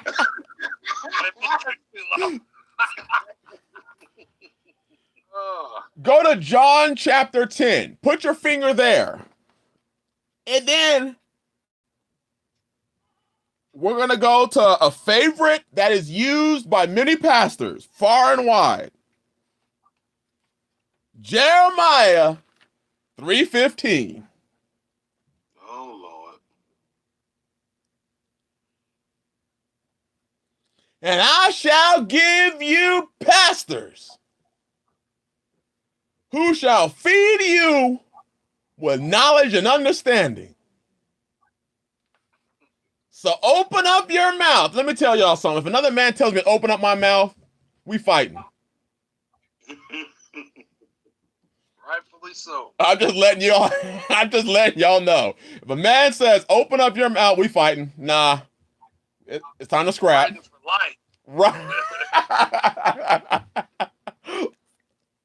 But here's the funny thing. They read Jeremiah 3:15, but they never read what the next book, Ezekiel, chapter 34 says. Interesting. Ezekiel 34 verse 1 says, and the word of Yahweh came unto me saying, so Yahweh said this, Son of man, prophesy against the shepherds of Israel. Did he say some of the shepherds? Mm-mm. Part of the shepherds? Mm-mm. Most of the shepherds. Mm-mm. He said, prophesy against the shepherds of Israel. Prophesy and say unto them, thus saith Yahweh unto the shepherds, woe be to the shepherds of Israel. You read the rest of that chapter. But there is a particular verse.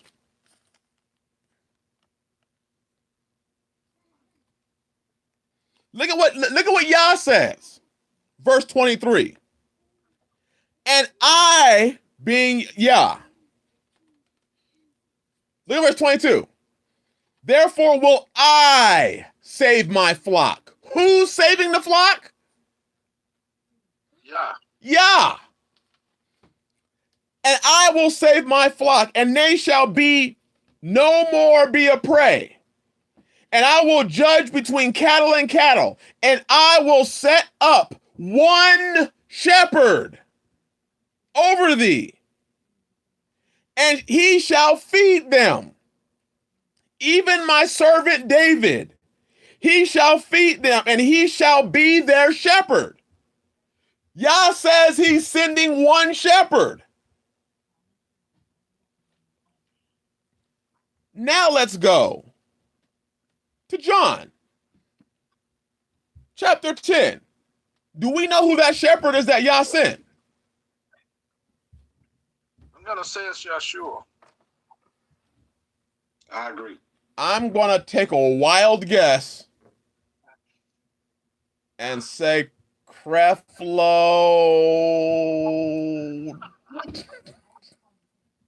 Creflo. Oh, my bad. John chapter 10.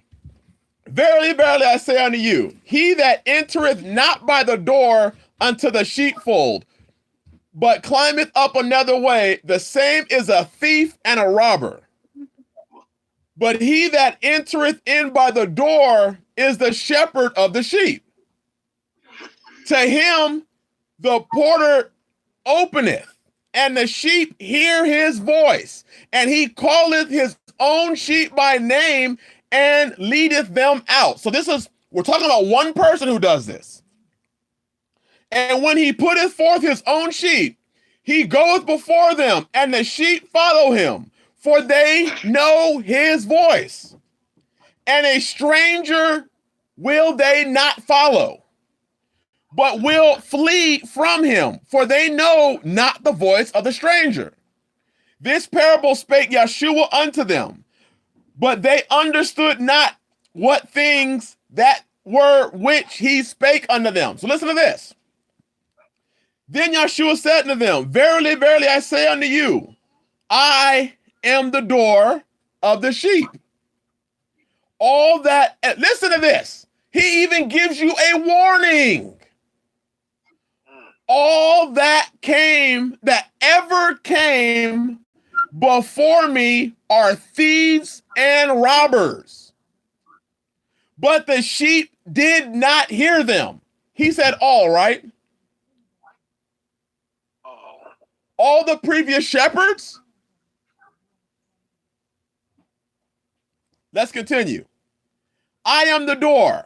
By me, if any man enter in, he shall be saved, and shall go in and out and find pasture. So through Yahshua, we find the pasture. The thief cometh not but to steal and to kill and to destroy. I am come that they might have life and that they might have it more abundantly. I am the good shepherd. The good shepherd giveth his life for his sheep. How many pastors, rahachs, who are called shepherd have given their life for their sheep? Only one, Yahshua. Only Yahshua. And I'm not trying to hear no shit about, well, I did this. Well, I sold some of my stuff and I gave my, no, you didn't. Shut up. There's only one that gave his life for his sheep. But he that is a hireling and not the shepherd, whose own the sheep are not, seeth the wolf coming and leaveth the sheep and fleeth. And the wolf catcheth them and scattereth the sheep. So if you have a camp group ministry and you call yourself a shepherd and people are always coming in and leaving, you must be a terrible ass shepherd because a lot of sheep are being scattered. Man. Didn't Yahshua say he would leave that 99 to go after that one? That's what I read. So if you were such a great shepherd, you wouldn't be talking about the people that left. You would have gone and gotten them. You mean I sure didn't put them on a blast campaign? No. Tell the world about how wicked they are and everything that they ever told them in confidence. No. Let's continue. The hireling fleeth, because he is a hireling, and careth not for the sheep. So when somebody doesn't care for the sheep, they are a hireling. The shepherd gives his life for the sheep.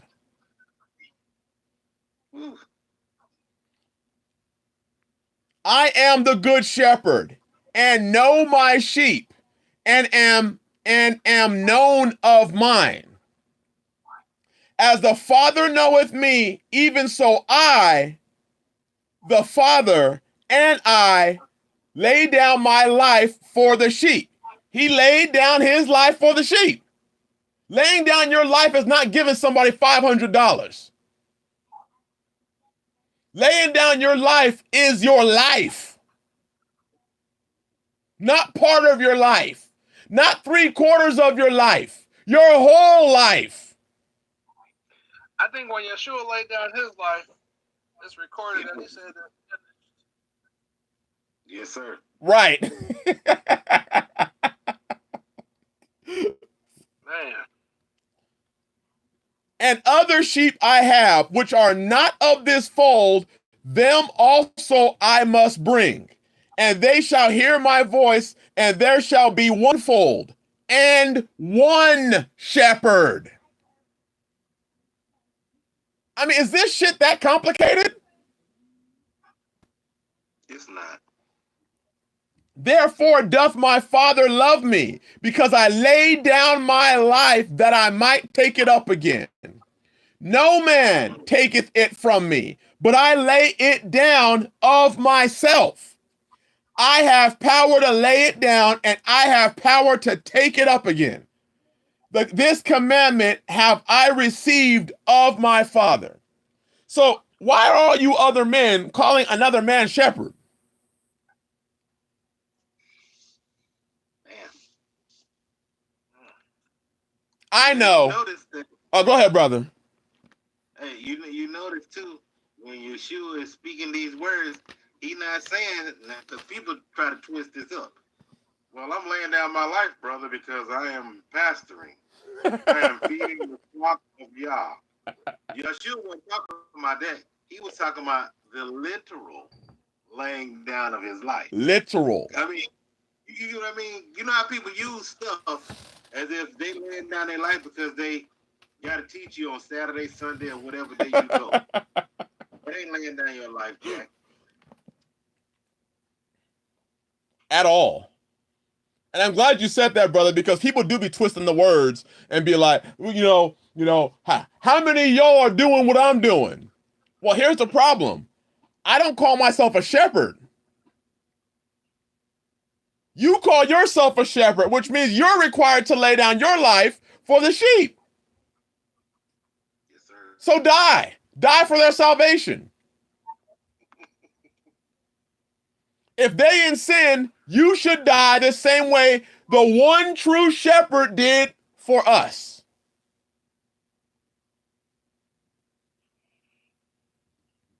And I know you're going to go to that verse in 1 Peter 5. I know. I got you.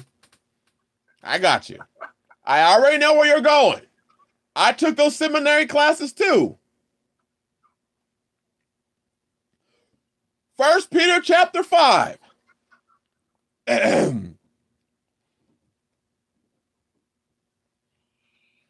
me read it in the Aramaic.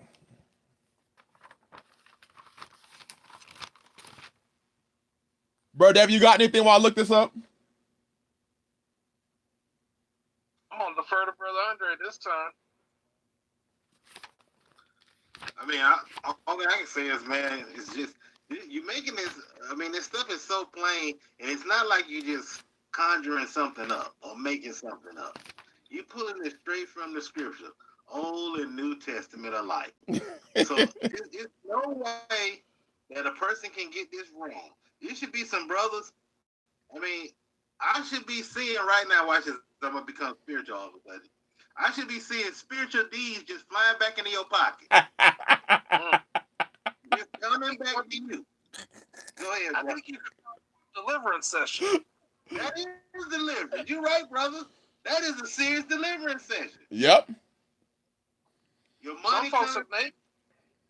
Go Yes, ahead. sir. Your wives coming back. Your children. Go ahead, Hallelujah. bro. Your power? You on it? Yes, sir. Now you should be being, you are being delivered and restored right now just by the word of Yah. We just reading it. Just listening to it. That's all we're doing. Some folks probably being delivered from making a mistake of handing over the inheritance of their children's children to some ministry group. Man. Wow. Yeah, this is powerful, brother. It's big. It's big. 1 Peter 5. And I, an elder, your associate, and a witness to the sufferings of the Messiah, and a participant in his glory, which is to be revealed, plead with the elders who are among you. Feed the flock of Elohim. Stop. Didn't he just say he's pleading with the elders? So if he's pleading with the elders, how did you become a shepherd all of a sudden? Just because you can feed the flock does not make you a shepherd. Doesn't a hireling feed the flock? Brother Andre, if you had a servant and you told the servant to go feed your sheep, does it mean he's a shepherd? No, that means he's a servant. He's a servant. Under instruction. That don't make him a shepherd. But let's continue. Because we read that there's only one shepherd, right? He's only sending one shepherd to get it right. Are we correct? Yes, sir. Okay. Feed the flock of Elohim, which is committed to you. Have care for it spiritually, not from compulsion, but voluntarily. You hear that? Not compulsion, not for base gain, not to fleece the flock, but with all your heart, not as masters. Meaning you shouldn't be feeding your sheep as masters of the sheep, of the flock, but so as to be a good example. You are to feed the flock by your example. Man, that killed the game right there. Killed it. So by your example, you should lay your shit at my feet.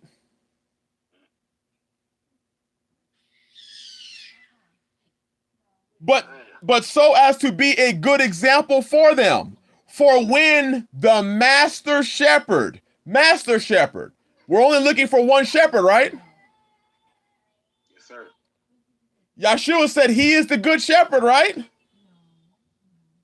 what he said. So where are all these other shepherds coming from? Walmart.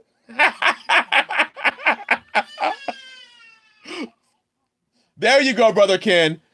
Pastors are to shepherd. They are not shepherds. They have the same what they do is you can lead them to eat.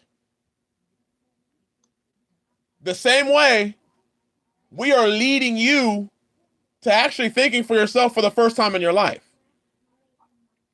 It doesn't make me a shepherd, though.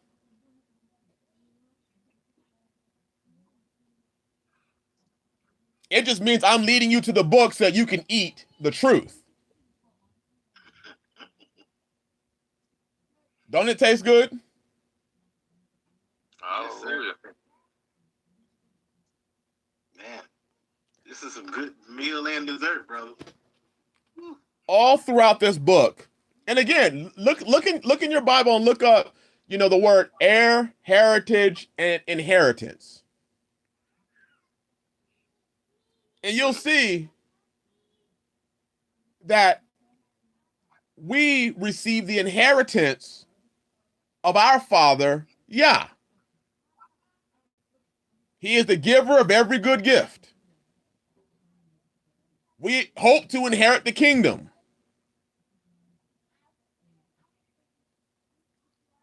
But that's like, I'm going to pass off my heritage. Yah is not going to give me the inheritance from himself. He's going to give the inheritance to Peter to give to me.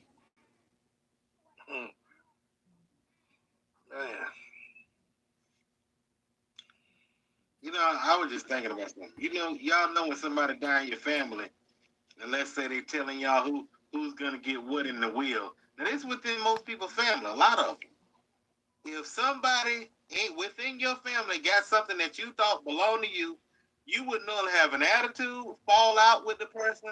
So I can't even fathom how something that you have in your possession that you would normally fight for with your family, you just give it away. Hey man, you can have it because somebody said they went to some Pastor Doolittle school.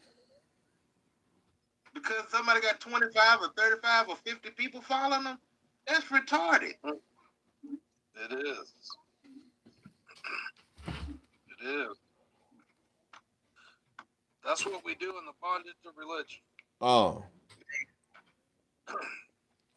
I got a verse. Just hold on. Y'all can keep talking. I got to find this verse.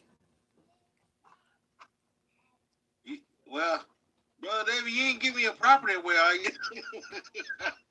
I just thought I'd ask. Not until I die. I don't And blame then it you, ain't brother. go to no elder or pastor or none of that. It'll go to my son. It'll That's go to right. my children. Yes, sir. Man, Yeah. y'all are It so will straight. be according to the book. Yes, sir. I believe it. And y'all are so good, man. He don't, that's the beauty of it. People can say what they want to say, and they can try to, do scriptural gymnastics and take things out of context and basically swindle the simple-minded folks who, unfortunately just hadn't read the book and believed it for themselves. But when we really open this book and we really believe it, y'all foolproofs it, man. He words stuff so. He expounds on things to such a point that it's just like it's hemmed up. It ain't really nothing else you can say. No. And you can say whatever. Some folks just like to argue because that's what you're gonna do because you have ulterior motive. Right. It's about greed and other things that I'll leave between them and their creator. But this word is our defense if we will live it. This wisdom will protect us if we will apply it. Amen. Man. Amen. And folks can get mad, but hey, like the old folks used to say, if it make you mad, scratch your butt and get glad. I don't know what to tell you. We just reading the book. Right. That's all I can. If you're mad, you have to ask yourself what you're mad about. You might look in the mirror and just be like, man, am I mad because I'm barking over here? Something flying in my backyard. It's kind of, I'm getting slapped around a little bit by this word. Yes, sir. Then, what folks would do after that, that's up to them. But I would just admonish folks to repent, maybe return some deeds or whatever, But more importantly, we here for the folks, because I say all the time, I think these people who do this stuff, they know what they're doing. So I'm not even really here for them. Right. I'm here for that person who may have been on the cusp of, deciding if they really wanted to go all in and be Israel. And I'm just saying, hey, you don't have to do that to be Israel. Yah, through his obedience to his word is what will do it. Not laying at any man's feet, and turning yourself into a eunuch. Making or a woman, basically, not even a eunuch, just behaving like you act. We clown on this transgender stuff, but really in reality, that's what we acting like. This stuff. Yeah, we live in that. Yeah. Right, bro. That's truth, brother. That's truth. Ooh. See, and if you wives had an understanding of this stuff, you would understand the importance of your husband's name. Because your husband's name covers and represents you. You remember, it says in Isaiah 4:1, and in that day, 7 women will take hold of a man and say, we will provide our clothing and our what's that verse? It's Isaiah 4:1. 4:1, yeah. And in that day, 7 women would take hold of one man, saying, we will eat our own bread and wear our own apparel. Only let us be called by thy name to take away our reproach. That man's name is powerful. You're starting to understand the power of a man's name. And when you are brought into the household under his name, whether it be whatever, today we call it the last name. Back then it was just the house of David, the house of Brother Andre, the house of Chris.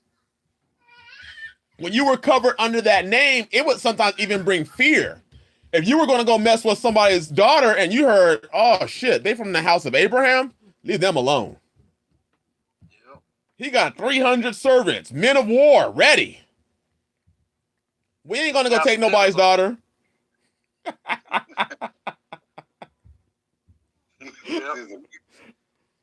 Hey, I'm just being real because you know that's how we roll. Right. Like, Yes, hey, sir. man, he got some hitters on there. Right. He got some killers. Yep. Yes. He got real Don't mind killers. getting Right. Just like on the streets, Yeah. there's certain gangs you don't want to mess with because you know they're the type that will wipe out your family and leave you alive. Yeah. You like, I ain't messing with that set, that clique, that group, their name. Yep. Sister Jasmine said, we have lost as a people the importance of inheritance or a name. So when we enter the truth, it is easy for those things to be taken from us. We have not been taught the value of anywhere. We haven't. We haven't been taught the power and the value of your name, of your inheritance. And Yah is, you know, there is a great awakening right now. That great awakening isn't just to the Torah, but it's the understanding of what it is. Not just we have the law. Now what? Right. Now what? When you talk about that name thing, bro, your family name, that would even, watch this now, people gonna get upset. It's okay though. That would even fly in the face of you changing your name to some Yasharala bin whatever, Haddad or whatever you are, because you are actually denying your family, your father's name. Oh. Instead of you just going ahead and getting a fucking feeling, because your friends did it, and your brethren did it, and your cousin them, you should be finding out about your own damn family name. And building His it. daddy name is Colin Cletus. Nah, what was it? His daddy name him Cassius. I'm gonna call him Cassius. Right. Yep, that's what's up. Right. Yes, sir. Yes, sir. That was up. Right. Yes. Daryl said, in this Western culture, we have never truly taught the importance of our name as men and leaving an inheritance. And we're not taught that an inheritance and our name are joined together. We just read it. They are one in the same. The inheritance you leave and your name walk hand in hand. So when you get your name absorbed into some camp church ministry, understand, and I'm just saying this I'm just being real with you. Understand that just may have been your name getting cut off.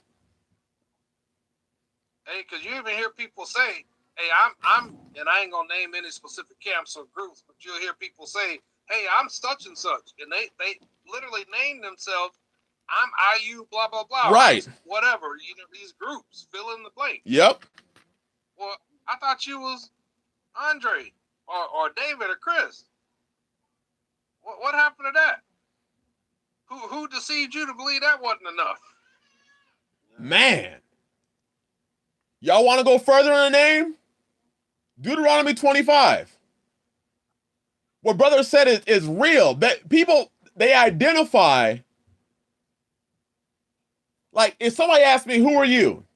I am the house of Chris of Israel, of Yah. That's who I am. There it is. Excellent answer. Deuteronomy 25:5. If brethren dwell together, and no, this does not mean community. This literally means blood brethren. Please, can we understand that this does not mean that if somebody dies, somebody who lives on the same land with you can just go and take your wife. It's your literal blood brother. And here's how we know this. Watch. If brethren dwell together and one of them die and have no child, the wife of the dead shall not marry without unto a stranger. Her husband's brother shall go in unto her and take her to him to wife, and perform the duty of a husband's brother unto her. And it shall be that the firstborn which she beareth shall succeed in the name of his brother, which is dead, that his name be not put out of Israel. Do you see that? It was important that the man's name continued in Israel. So that does not mean that if I die, John can come and sleep with my wife. He's not from my house. It would be my brother, blood brother, who would then, now I've got plenty of sons. I got 5 of them. But it would be my blood brother who would, if I didn't have a son, go into her. And it says if they dwell together. It's crazy. Your name, men, is so powerful. And what a lot of you don't understand is that you're actually building another man's name.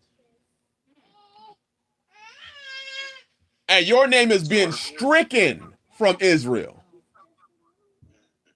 Because your sons and your sons' sons are from the house of whatever camp group ministry you are part of. And who the leader is of that. Man. These dudes just be thankful to do it, too. Right. That's cool. Yeah. Niggas love to be called Toby now. I'm not referring to Toby on the stream. I'm talking about Roots. Roots. Like my name Kunta. My name Kunta. Everybody now just cool being called, you cool being called master's name. Yep. And I ain't talking about, I understand the concept of, we don't know. Hey, man, your daddy named you Cassius. I'm going to call you Cassius. Yep. But the point to what we're talking about, though, is everybody is, my point is this, people are just far too willing to be called by some other ministry's name because you don't understand the order. Yah, his only begotten son, Yahshua, you, head of house, man. Yes, sir. And then your household. Yes. No camp, no group, no ministry, nowhere. None of that is in there in the sense of between you and Yahshua. That's not the order. Power lies within you. Yes. In your name. Yes. In him. Yes. Man. And they are effectively cutting off whole generations of people. Whole generations of people. Right. There's no hedge. There you go. Being spoiled. Man. If y'all have any questions, feel free to ask them now. We'll probably only go a little bit longer. Sister Elaine says, so basically as a man, you have ceased to exist when you join these camps. I would say, sister, yes. She's right. Yes. Especially how they're presently constructed. And I won't even say presently, because I was going to say I think it's the same thing. We can trace that stuff all the way back at least to Roman Catholicism. Yes. You just see the same format done over and over. And I personally, honestly, just believe it's because, Satan is slick and fly and subtle. And you don't have to recreate anything new. You just keep spinning the same filth that's been working. Yes. Tweak it a little bit. And here we have 3.0. Yep. Faith game. Whether that's camp or ministry or whatever. But the same concept, the same, verses used to try to put folks in control and manipulate and steal and swindle them out of stuff, possessions, rather that's, deeds or money, or in some cases even your people. Yep. Wives and children. Wives and children. It's sick, man. It's sick. Brother Jay Morris said, as a son, the power of the family name is also to honor your father and to not disgrace his name. Man, So true. That is so true. Used to hear the old folks talk about that. Boy, don't you act like that and tarnish your family name. Yep. Yep. Meant something back then. Yes, sir. I was just thinking, everybody claiming they're coming out, they're preparing, and so they won't be deceived by what's going on in the world system. But we having a hard time with just going past go on holding on to your stuff. That's crazy. You know, people is like, oh, I won't give up everything for a morsel of bread. I won't sell my soul for a morsel of bread. Some of them, your pastor ain't even going that far. Damn. He ain't even going that far with them. He just like, hey, just bring, hey, matter of fact, read that back for them so they can understand it. Right. Now you go get your keys and your cars and your wife and your children, lay them down at my feet, and I'll disperse them how I see fit. Matter of fact, and tomorrow you show up so you be ready to work. Yes. You busy, and I'm gonna keep them busy too. That's crazy. Man. So how you gonna come out and supposedly not be fooled by the world system when you can't even pass go with your elder, your pastor, Man. your moray? I want to comment to that, but I want to read what Sister Jasmine said from the house of Brother Booth. She said, woe to them that divide, Micah chapter 2, verses 1 through 3. Woe to them that devise iniquity and work evil upon their beds. When the morning is light, they practice it, because it is in the power of their hand. And they covet fields and take them by violence, and houses and take them away.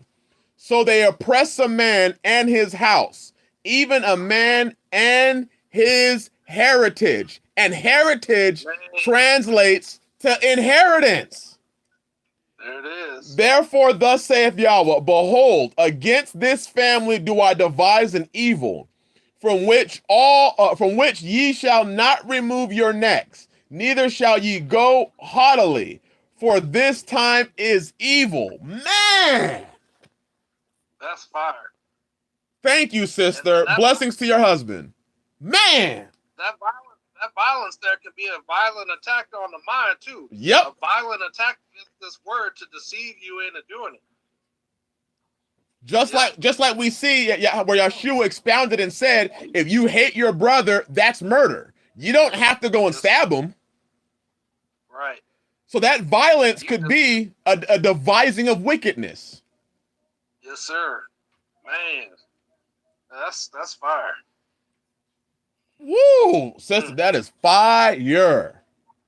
Hey, look at Brother Daryl Vick's comment. Now this is strong stuff, man. He's been on fire. I've been reading his comments. All of y'all who are commenting, y'all are putting some fire out today. But go ahead, Brother Andre.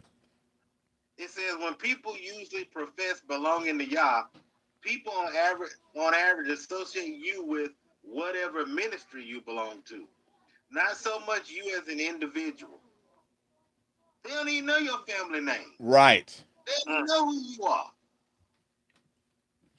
That's why you see some of these people, you don't even see a picture of them. You just see whatever symbol their camp, group, or church is. Yep. I'm looking to see a picture of you and I see the symbol. Yep. Like, that's all you need to know. I'm part of this. Right. Oh man. It's crazy. People don't even associate themselves with their name anymore.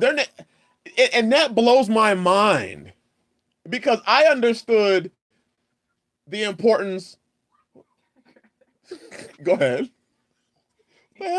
I understood the importance of a name when I was in the hood. You understood the importance of a name back in the hood. Yes, sir. And today, we've gotten so bamboozled that we're having our name stricken, we're having our inheritance stricken, we're having our wives and children stricken. It almost sounds to me like we love the curses. We don't want an identity. We want somebody else to give us our identity. Because what Yah said it's never good enough. So you give me an identity, leader. You tell me who and what I am. That is a curse. Real problem. Yes, sir. What was that? That is the curses. And I was saying that's always been Israel's problem. Yep. Y'all was never enough.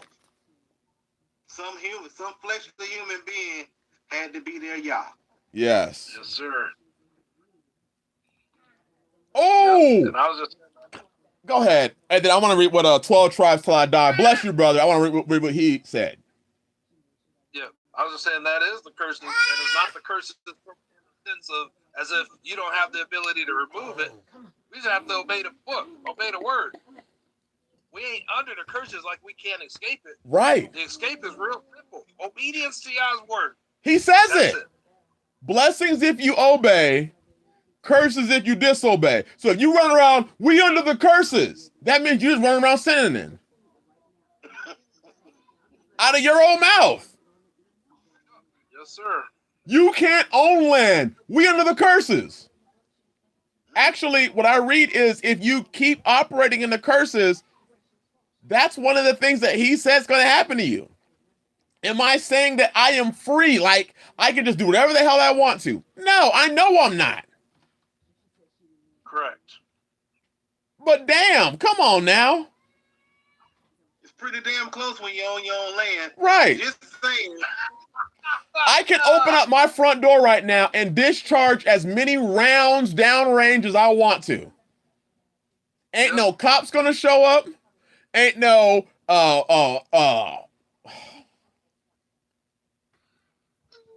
nobody coming. Ain't nobody coming. I'm so far out here that we out here. 12 tribes said, Sirach 11:28. Bless you, my brother. Listen to this. Judge none blessed before his death. For a man shall be known in his children. Yep. A man's going to be known in his children, in his inheritance. In his inheritance. You remember Yah says, let's turn to Dabarim 28.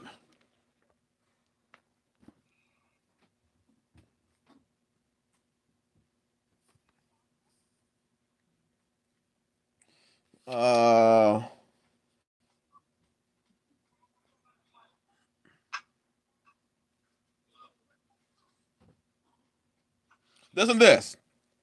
Verse 3. Blessed shall thou be in the city, and blessed shall thou be in the field. Blessed shall be the fruit of thy body, and the fruit of the ground, and the fruit of thy cattle, for the increase of thy kind, and the flocks of thy sheep. He's going to bless your fruit. The fruit being that which comes after you.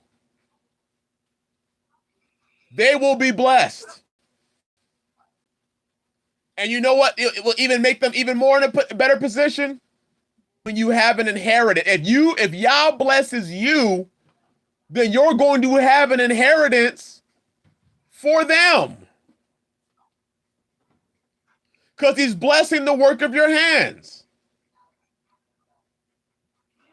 But not if you gave it to Pastor JoJo, Casey and JoJo.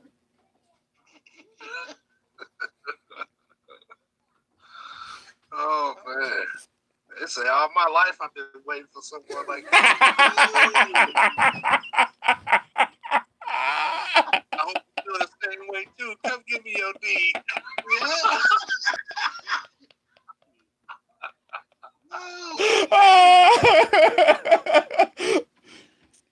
That's what these leaders be saying when they see you come around. They be like, "All my life, been waiting for someone like you, and I thank God that I finally found you." Yeah. That was good. I like that. I said, bro, was that a word from the Lord? He said, no, that was Judas.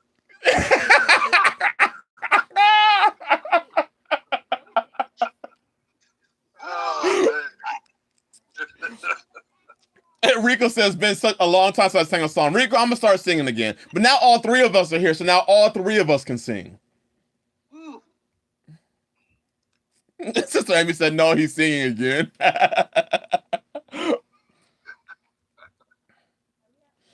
Sister Angela, I've asked that question too. She said, let's turn to Revelations 2:17, and then we're going to look at Brother Daryl Vick's question.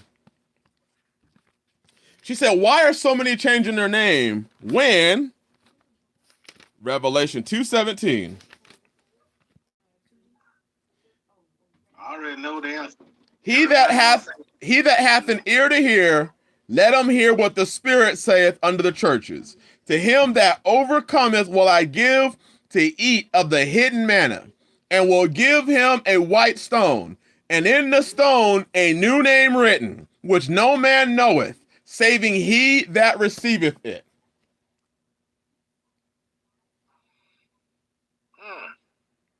That's mighty interesting. Yep. Mighty interesting. I'm pretty sure that was determined at, in your transition to this next phase of life. Yes, sir. That actually almost sounds like a form of schizophrenia. Like every time they go to a new religion or belief, they change their name. Like you must be leaving back. You must be leaving behind you a trail of shit. Yep. Well, you got to keep changing your name. That's like marrying a homeless dude. Throw that in there. Man. This is the faith. This is the faith. Man. All right, Brother Daryl said, here's a question for you. Why do people interpret Levi not getting an inheritance means we are obligated to take care of the pastor, especially during so-called pastors' anniversaries? Because there's a misconception that people say that the pastor are the Levites. And from what I recall, the Levites did the temple services.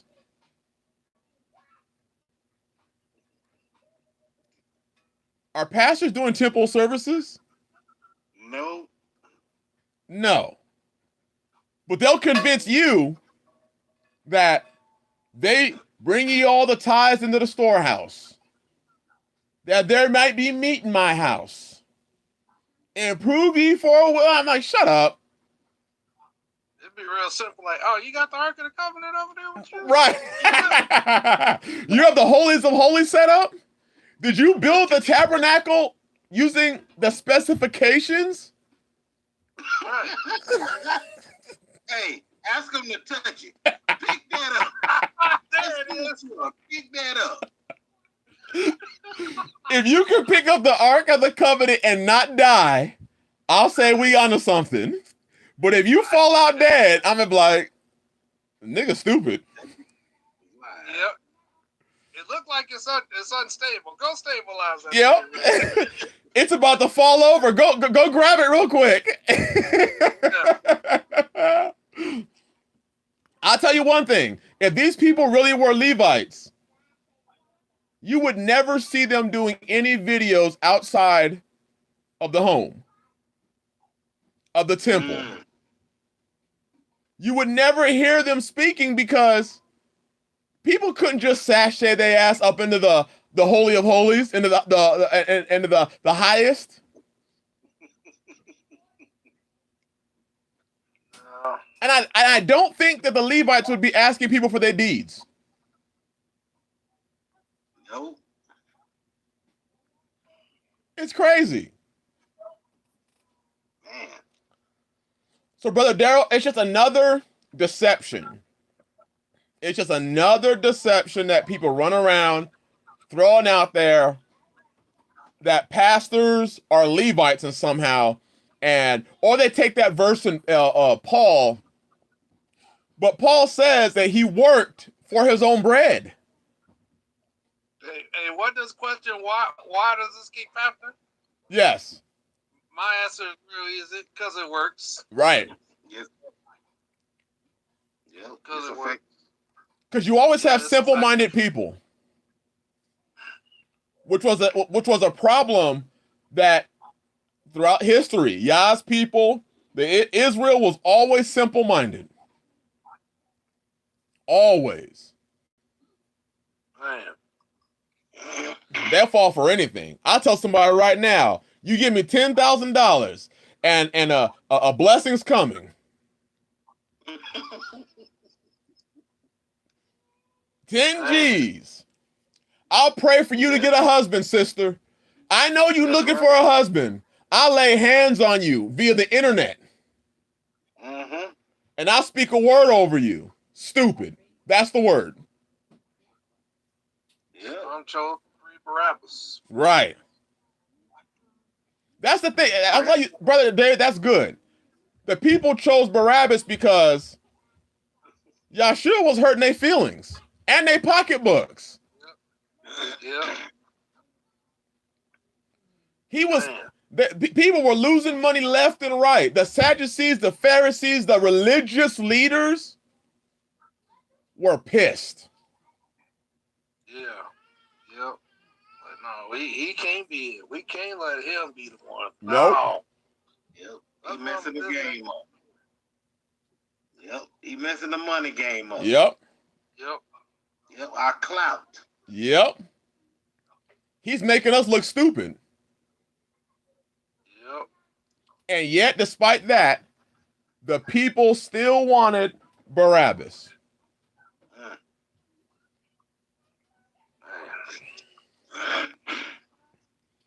Many are called, but few are chosen. That's true. So let this be a message, men. Keep your stuff.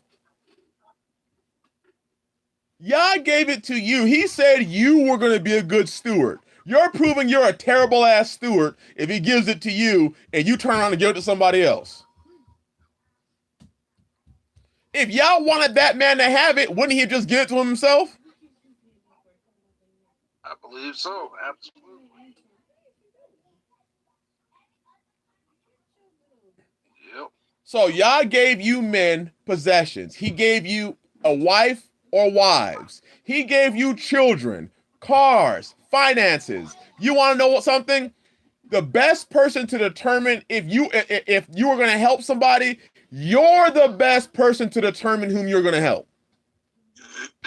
Most definitely. It even says in the Apocrypha, know to whom thou doest good. Yes, sir.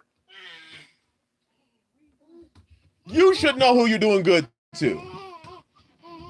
So you're running around thinking that you're doing good because you gave somebody your stuff. And you Israel now. No, you is foolish. That's the only is you are. You is real foolish.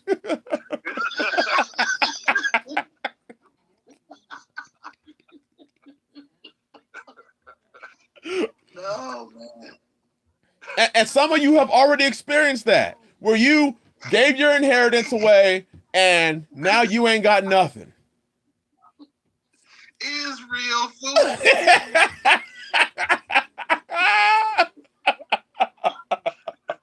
Oh my goodness, man. So an inheritance does not have to be.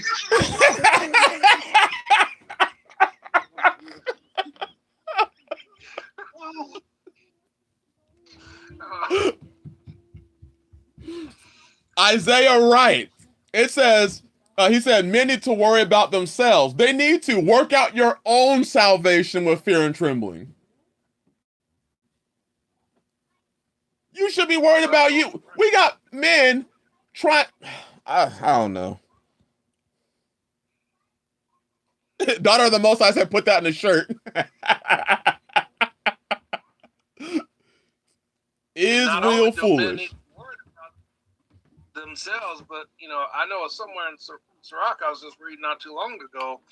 But even from the standpoint of just saying, hey, don't say, hey, I have enough. Right. I have enough, so therefore it's good. No, you keep grinding. Yep. Keep pressing. Not so you can go give it to somebody else either. Because so you can have that. I'm pretty sure if you have the Holy Spirit, as you say you do, if Yah wanted you to help somebody, he'll tell you. Yeah. Absolutely. If you have the spirit of truth. And more than likely, it ain't coming out as, it ain't gonna come out as no strange tongue either. Don't be a fool. Right. It ain't gonna be EKOC. It ain't gonna be ECO. It ain't gonna come out like that. So we gotta come off of this crazy stuff, man. Look, just so that we can prove it. Sirach, chapter 12, verse 1. Look at this. We're going to read a couple verses. Sirach 12:1. When thou wilt do good, know to whom thou doest it, so shalt thou be thanked for thy benefits. Do good to the godly man, and thou shalt find a recompense. Hey, brother, pause real quick. Yes, sir. Man, who's going to be thanked? You. Man, wow. So that's not pride. That's what the book says. You know to whom thou doest good, so that when they come and say thank you, they're thanking you.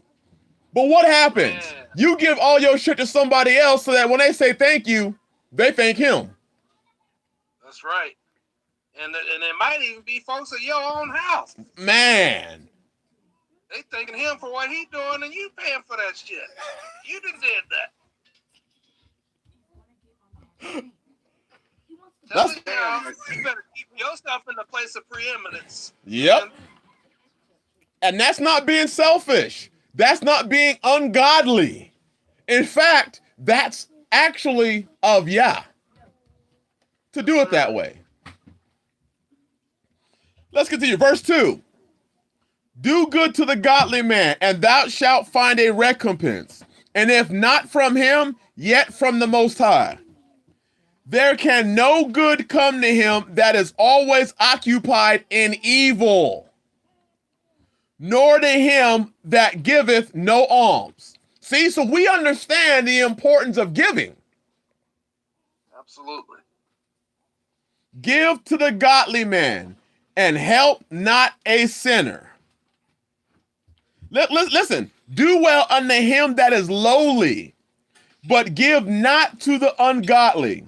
Hold back thy bread, and give it not unto him, lest he overmaster thee thereby. For else thou shalt receive twice as much evil for all the good that thou have done unto him. What does that mean? Stop going to those Salvation Army people that are ringing that bell and giving them your money. That guy that's sitting on the corner with a, help me. Why are you giving to him? Is he walking in the law of Yah?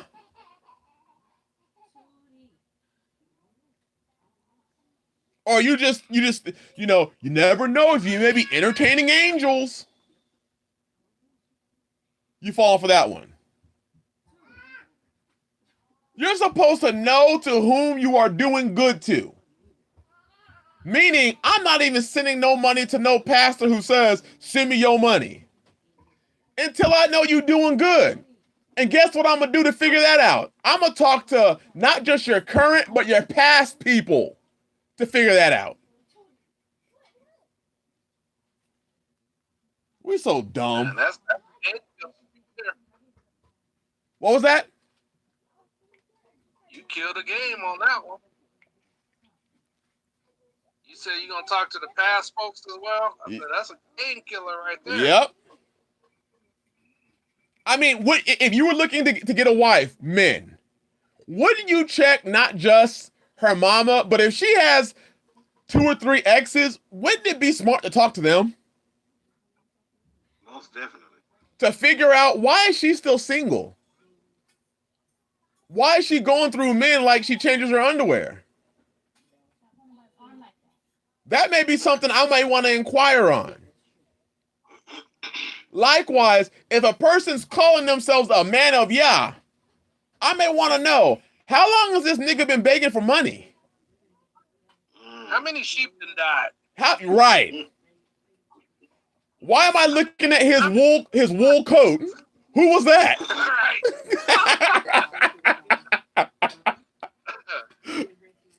Oh, that was Brother John. Brother John sacrificed himself. Oh, man. That's why the church is filled usually with a lot of women, because women won't check, they'll just give. I had to rebuke my own family for giving in the past. Like, y'all gave how much money? Thousands to your pastor? I had to rebuke my own self. I was guilty of that foolishness my own self. Shit, I gave away all this money. I remember in the Seventh-day Adventist church, when they passed the basket around, I used to take the money out of it.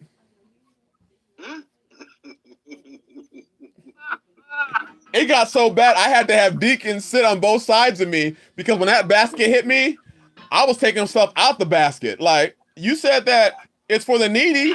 I need some shit.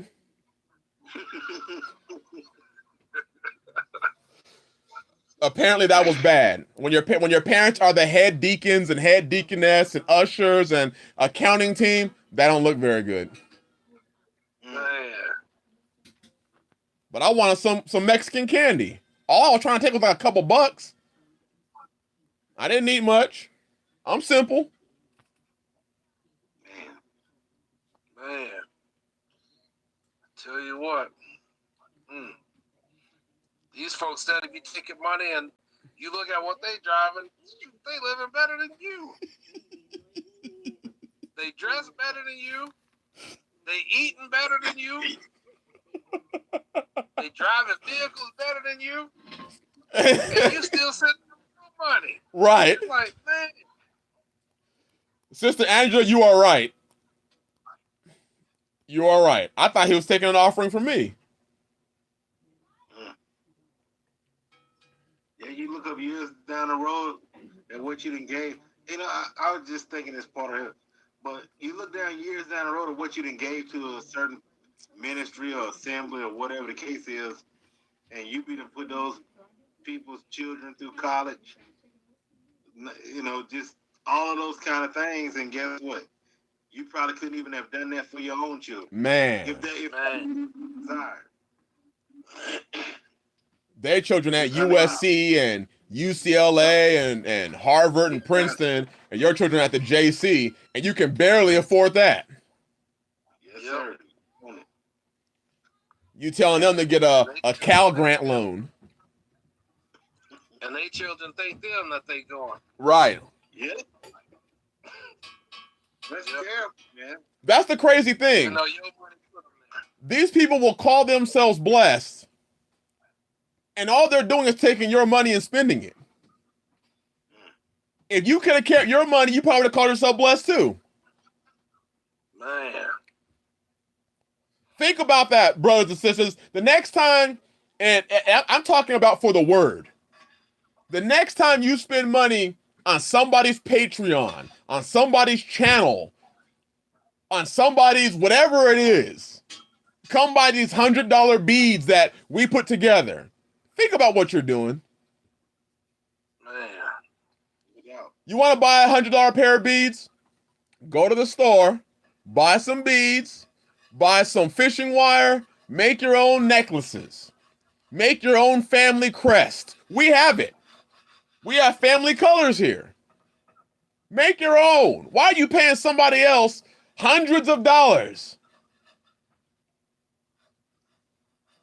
Think about what you're doing. You are selling out your children's inheritance.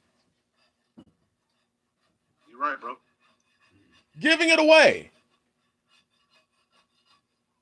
And then what your children are going to inherit is debt.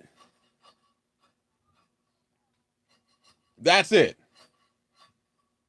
You done handed your own children's inheritance away for a life of luxury and lasciviousness.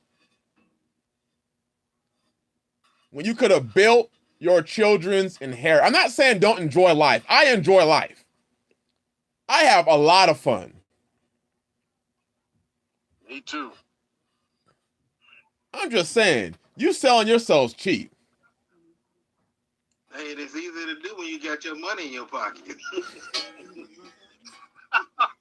You done put a little glide in your stride. It is as easy to do when you got your shit. Right. That's point. Hey, it's like a, you know, in a lot of cases, we'll just use these church numbers, right? It could be the equivalent of a 10% pay raise. Yes, sir. When you leave this church, man. That's huge. It Yes, is. sir.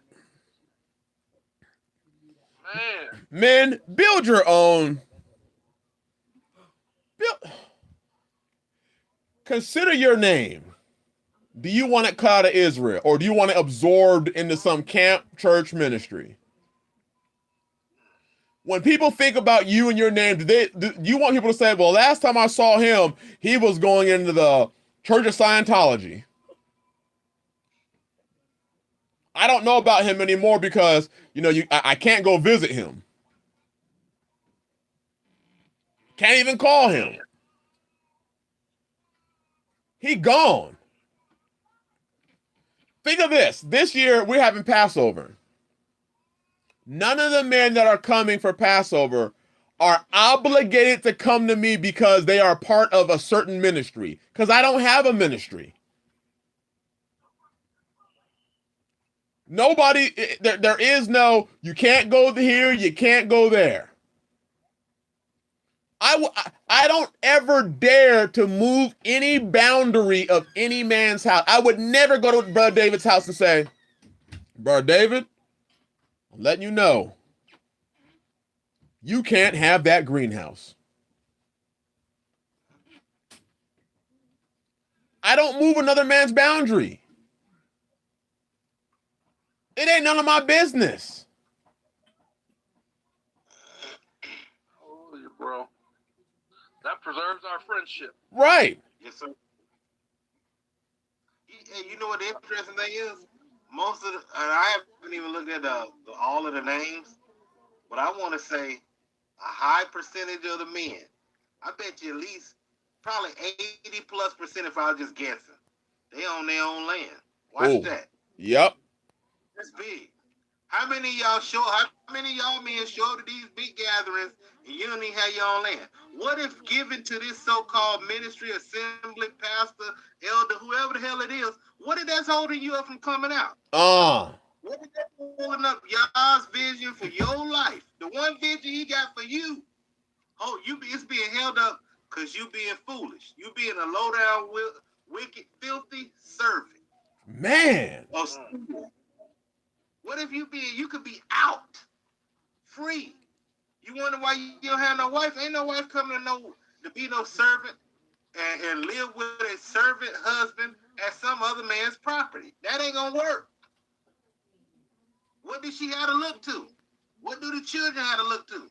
So I'm just saying that because it just hit me like, man, what if this one thing is holding you up from coming out? Man. This one train of thought that you didn't even get from Yah. You got it from some other man. And you scared to acknowledge it, pray about it, and let the Father really speak to you so that you can move. You just stuck frozen, waiting for him to give you the go. Not Yah, but your leader. You can know that don't come from Yah. He don't give you that spirit of fear. Nope. Oh! He ain't keeping you. And you know what they'll say? That's just fearing Yah. So you're my Yah?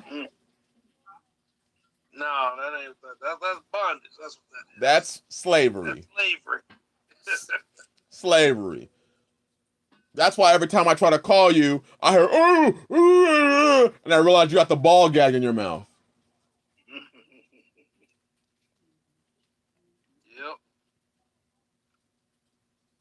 Sad. I was just thinking, I'm sure a lot of brothers, they really desire true brotherhood, true fellowship.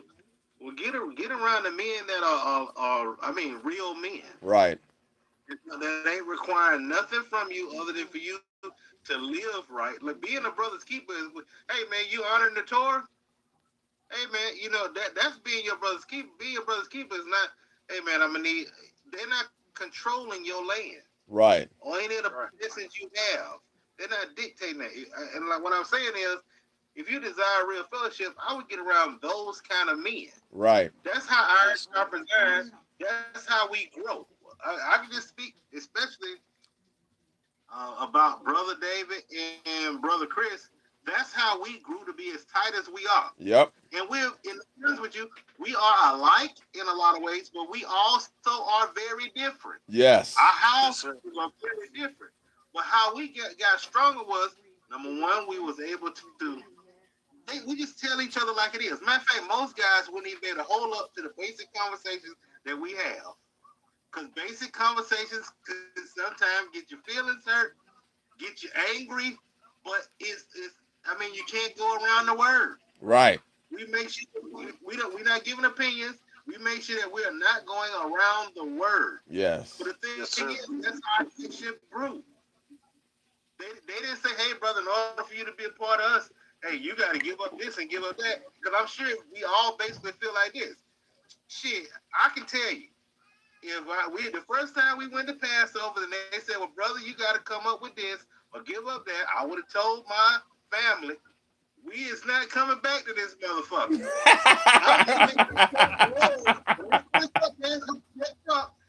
We just gonna get the fuck on out of here. And I mean, never return. And I'm sure they would have felt the same way. Yep. Yes, sir. Yep. That's real brotherhood. We talking about that's real brotherhood. That's real community. To be honest with you, that other stuff, y'all gotta cut that out, man. You wasting time. To be honest, most people aren't ready for community like they think they are. That's true. You know, because we all think community is moving on one person's land and we all just live in harmony. No. And most people aren't ready for that. How can you, it's like the Bible says, how can a man take care of the church if he can't take care of his own family? How can a man do anything, be part of anything, if his home is in disorder and in disarray? And we got too many households that are in disarray. Why don't you master the art of raising your family first? Ooh, that's fiery. We got cats out here, men out here that want other men to come move onto my land.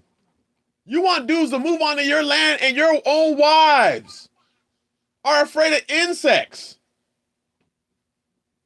Man. And you afraid of her. Exactly. But yeah, you want to lead other men. What's with this thing where men want to lead and run other men, but are afraid of their own wife? She's dictating to him, but then he wants to go and flex and tell other men, yeah, you should just come and follow me.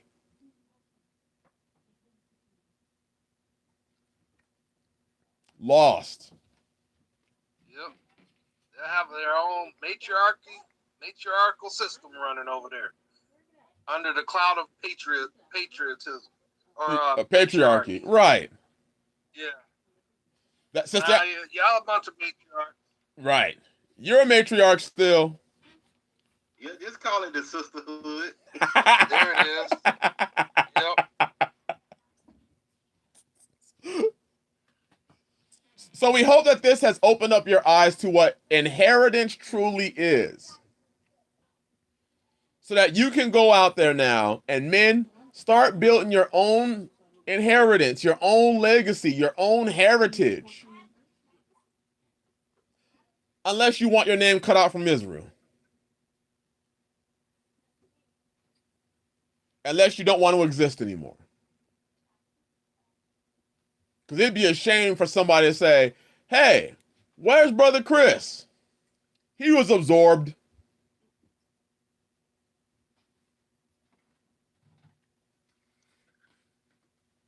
That's sad, brother, but it's absorbed. Yep, it's sad. So hopefully this opens up somebody's eyes. Yeah. Those with ears to hear, let them hear. What the Spirit saith. And you notice that we brought this straight from the book. Countless examples of inheritance. And this is honestly like 1/3 of my notes. The Bible speaks about it all over the original covenant and the renewed covenant. We are Yah's children, and he has an inheritance for us. The Father has an inheritance. He has prepared a place for you, his son. The same thing that fathers and our ancients did. As it was, so shall it be again. He is the same yesterday, today, and forever. He does not change. So he didn't suddenly change Israel and say, in order for you to be part of Israel, give me your shit. Nope. We have That's some wolf clothing type stuff. Yep. We have a lower grade Israel and an upper grade Israel. If you're a true Israelite, well, that's a capital TRUE, then you give me your shit. And you just want to be okay being a lowercase Israelite, come on now. Bullshit. That's capitalism, Israelite version. Or as Brother David always says, you either is or you ain't. Yes, sir. Hot or cold, no lukewarm. You either are Israel, being obedient sons of Yah, or you are the chaff, the wicked Israel. Those that are frequently cut off. Multi-level marketing Israel. Amway.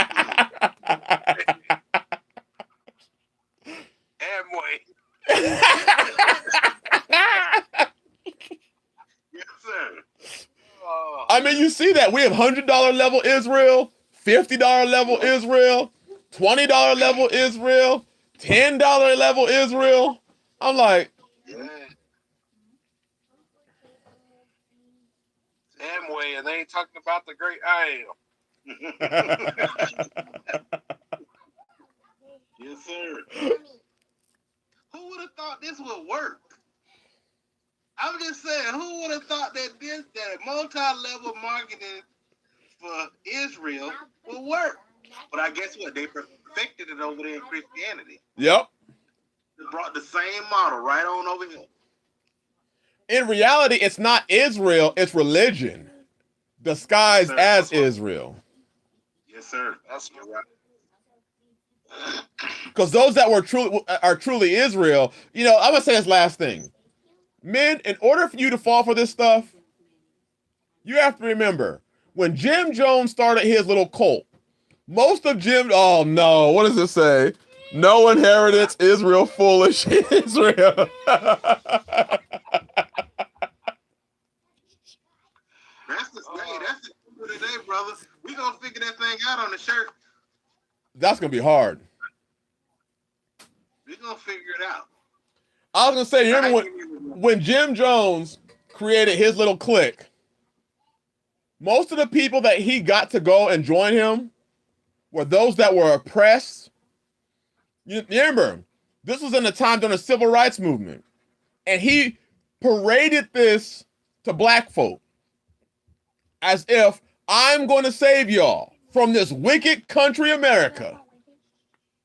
Follow me. And all those that were oppressed followed him. Do you even think that Jim Jones knew he was Jim Jones before he Jim Jones them? No. Not He probably figured that he really was saving the people. And then he realized how desperate they were. And he started to take advantage of that desperation, little by little. He tasted that power.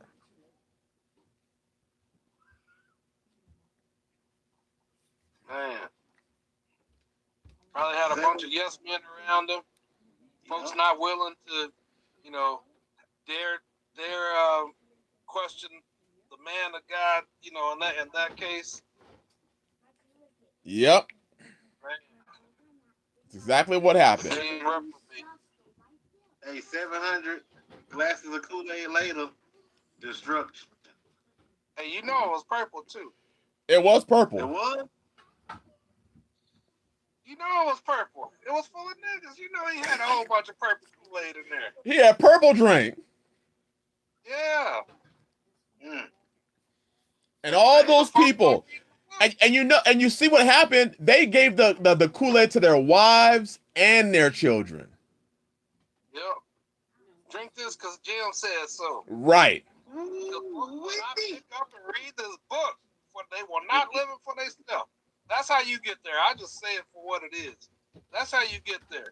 That's how you go and you lay your deed at somebody else's feet. Or your life at somebody else's feet because they say drink this Kool-Aid. Because you will not take this book and read it and believe it and fear it. Fear Yah, fear the Creator for what He has said and what He can do. Believe in it to be true. Right. You do not have that degree of wisdom which begins with the fear of Yah.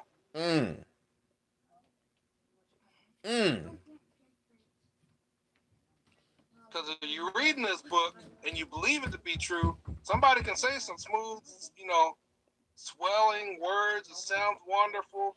It might move you a little bit, but that word will hit you like, hold on, nigga, that ain't the book. Right. And it'll cause a fork in the road. And you'll go on about your business and keep your stuff intact. Or your life. Sister Angela said that it wasn't great, it was black cherry. Close enough. I'm done, brothers. Yeah, man, that was good, brother. Woo. Man. Y'all can go. Y'all go ahead and close it out. Bring it home, brothers. I was gonna say, my life, Yah, the life that Yah has given me, the family that He has entrusted me with, is so important that I just can't go off of what some man says or hell, whoever it is. I just can't go off of that. I'm gonna have to read it for myself. Let the Holy Spirit give me, direct me into Yah's truth, and then I make a decision. I mean, I think I could rest good. I could rest well and go to sleep with my fathers, knowing that I've done it that way, than to depend on somebody who is unproven, untested, and who is definitely not the good shepherd.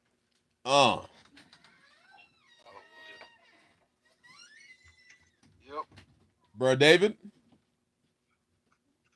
It's an open book test. My admonition, as it always is worth the time. Pick it up, read it, immerse yourself in it. That's the only way you can guard it. You can't guard something that you don't even read. You can't guard what you don't have, and it can't protect you if you're not guarding it. It can't do its job if you won't do yours. Wow. Pick it up, read it, guard it, keep it, strive to keep it. Protect it at all costs. Let no one else or nothing else come against it. Instill your salvation because of their smooth, swelling words. Live it. Guard it. It will save you. That's exactly what it's designed to do by the perfect creator of this universe. Yes, sir. Amen. And I'll just say this if you prefer to just go give up your stuff, hey, you can do that too. We ain't doing it. I don't even like black cherry. That's my favorite ice cream. Oh, well, you said ice cream, not Kool-Aid. Oh. Good point. I go with the ice cream, but I don't know. That's what's up. Which one? He said he I don't like Go ahead, brother Andre. He said he don't like getting the book. I said, that's what's up. I don't blame him. Read the book. Jay Morris, we have a saying. Brother Andre makes t-shirts and sweatshirts. The book plus nothing. And I got that from Brother David now. I can't take no credit. He been saying that, and I was like, man, that's fire. Can I use that? That's what we believe. The book plus nothing, just live it, all that. Yes, sir. And it just came from the book. I just reworded, but it's just the word. That's all it is. You mean you didn't coin that phrase and put a copyright on it? No. All right, just asking. Well, we love y'all. We love y'all. There it is. But we gonna let y'all get to y'all families, and we gonna get the hours and enjoy y'all Sabbath. We gonna be reading and teaching over in this area. I know how my brothers roll too, but we reading and teaching. We families not dialing up. We not wasting up internet, megabytes, millibytes, whatever they call it, looking up some other man's behind. We got this. All you men should have your families. You should be reading and teaching. Not waiting to get it from Deacon so-and-so. Ooh. Truth. Men, lead your homes. You'll be all right. Straight up. You'll be all right. Oh, man. Sister Angela said she don't drink Kool-Aid at all. Oh, man. Jay Morris, you can, HOQ, can you, I know you're a mod, can you put your website in the chat? Yes, sir. Yes, sir. Brother Jay Morris, he makes that shirt. He makes all kinds of shirts. Sweaters, sweatshirts. Obviously, if you could wait till after Shabbat to order it, but you can scan it all. He makes hoodies, everything. Onesies, not for men, but for the babies. Yes, sir. Now, I'm going to just say this. Now, this shirt or this onesie or whatever it's going to be, going to hold you up from coming out, you can hold on to it. You can just hold on. It's all good. I would not want that to hold you up from nothing.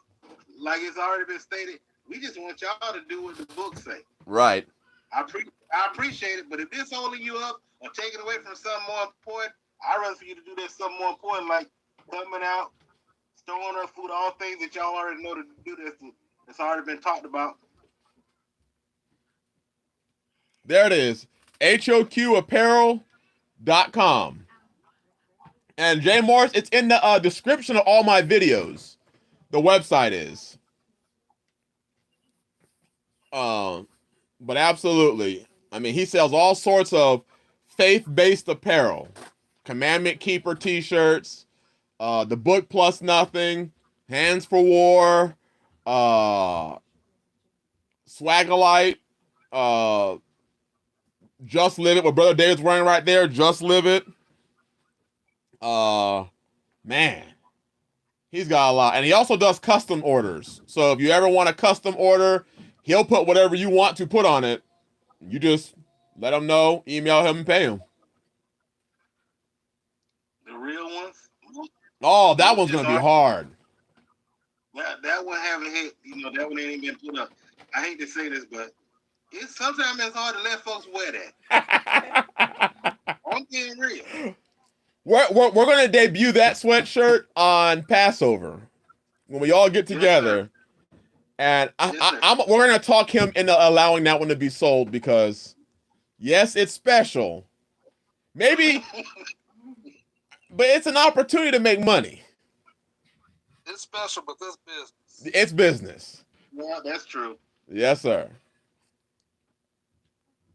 It'll make it real special when as many of y'all go buy it as want to buy it. Buy it up. Buy it up. It'll bless our hearts to see you wear it. And if you're fake, may the threads come out and the sweatshirt fall off. Oh, you don't see us in public where we have to snatch it off of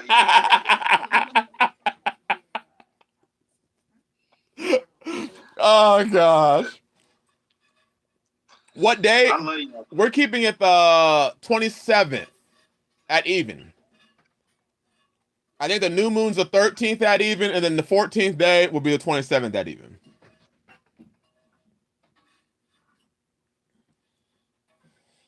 All right. But we'll be having a live streams basically that whole week. The whole Feast of Unleavened Bread. We'll be trying to get, I mean, not every day, but when we get together, we'll go at it. Man, that thing gonna be live. It's gonna be off the hook. And you may see the sisters again. We'll talk about that, but you may see all the sisters again, which is always a event. Why is it when the sisters get together, they have like 400 watchers, and we get together, we have 62? Yep. That's because we got some good looking ribs. That's true. That's true. Beautiful. Amen. They ain't following no sermons either. They ain't with that program. All right, y'all. Shalom, everyone. Shabbat shalom.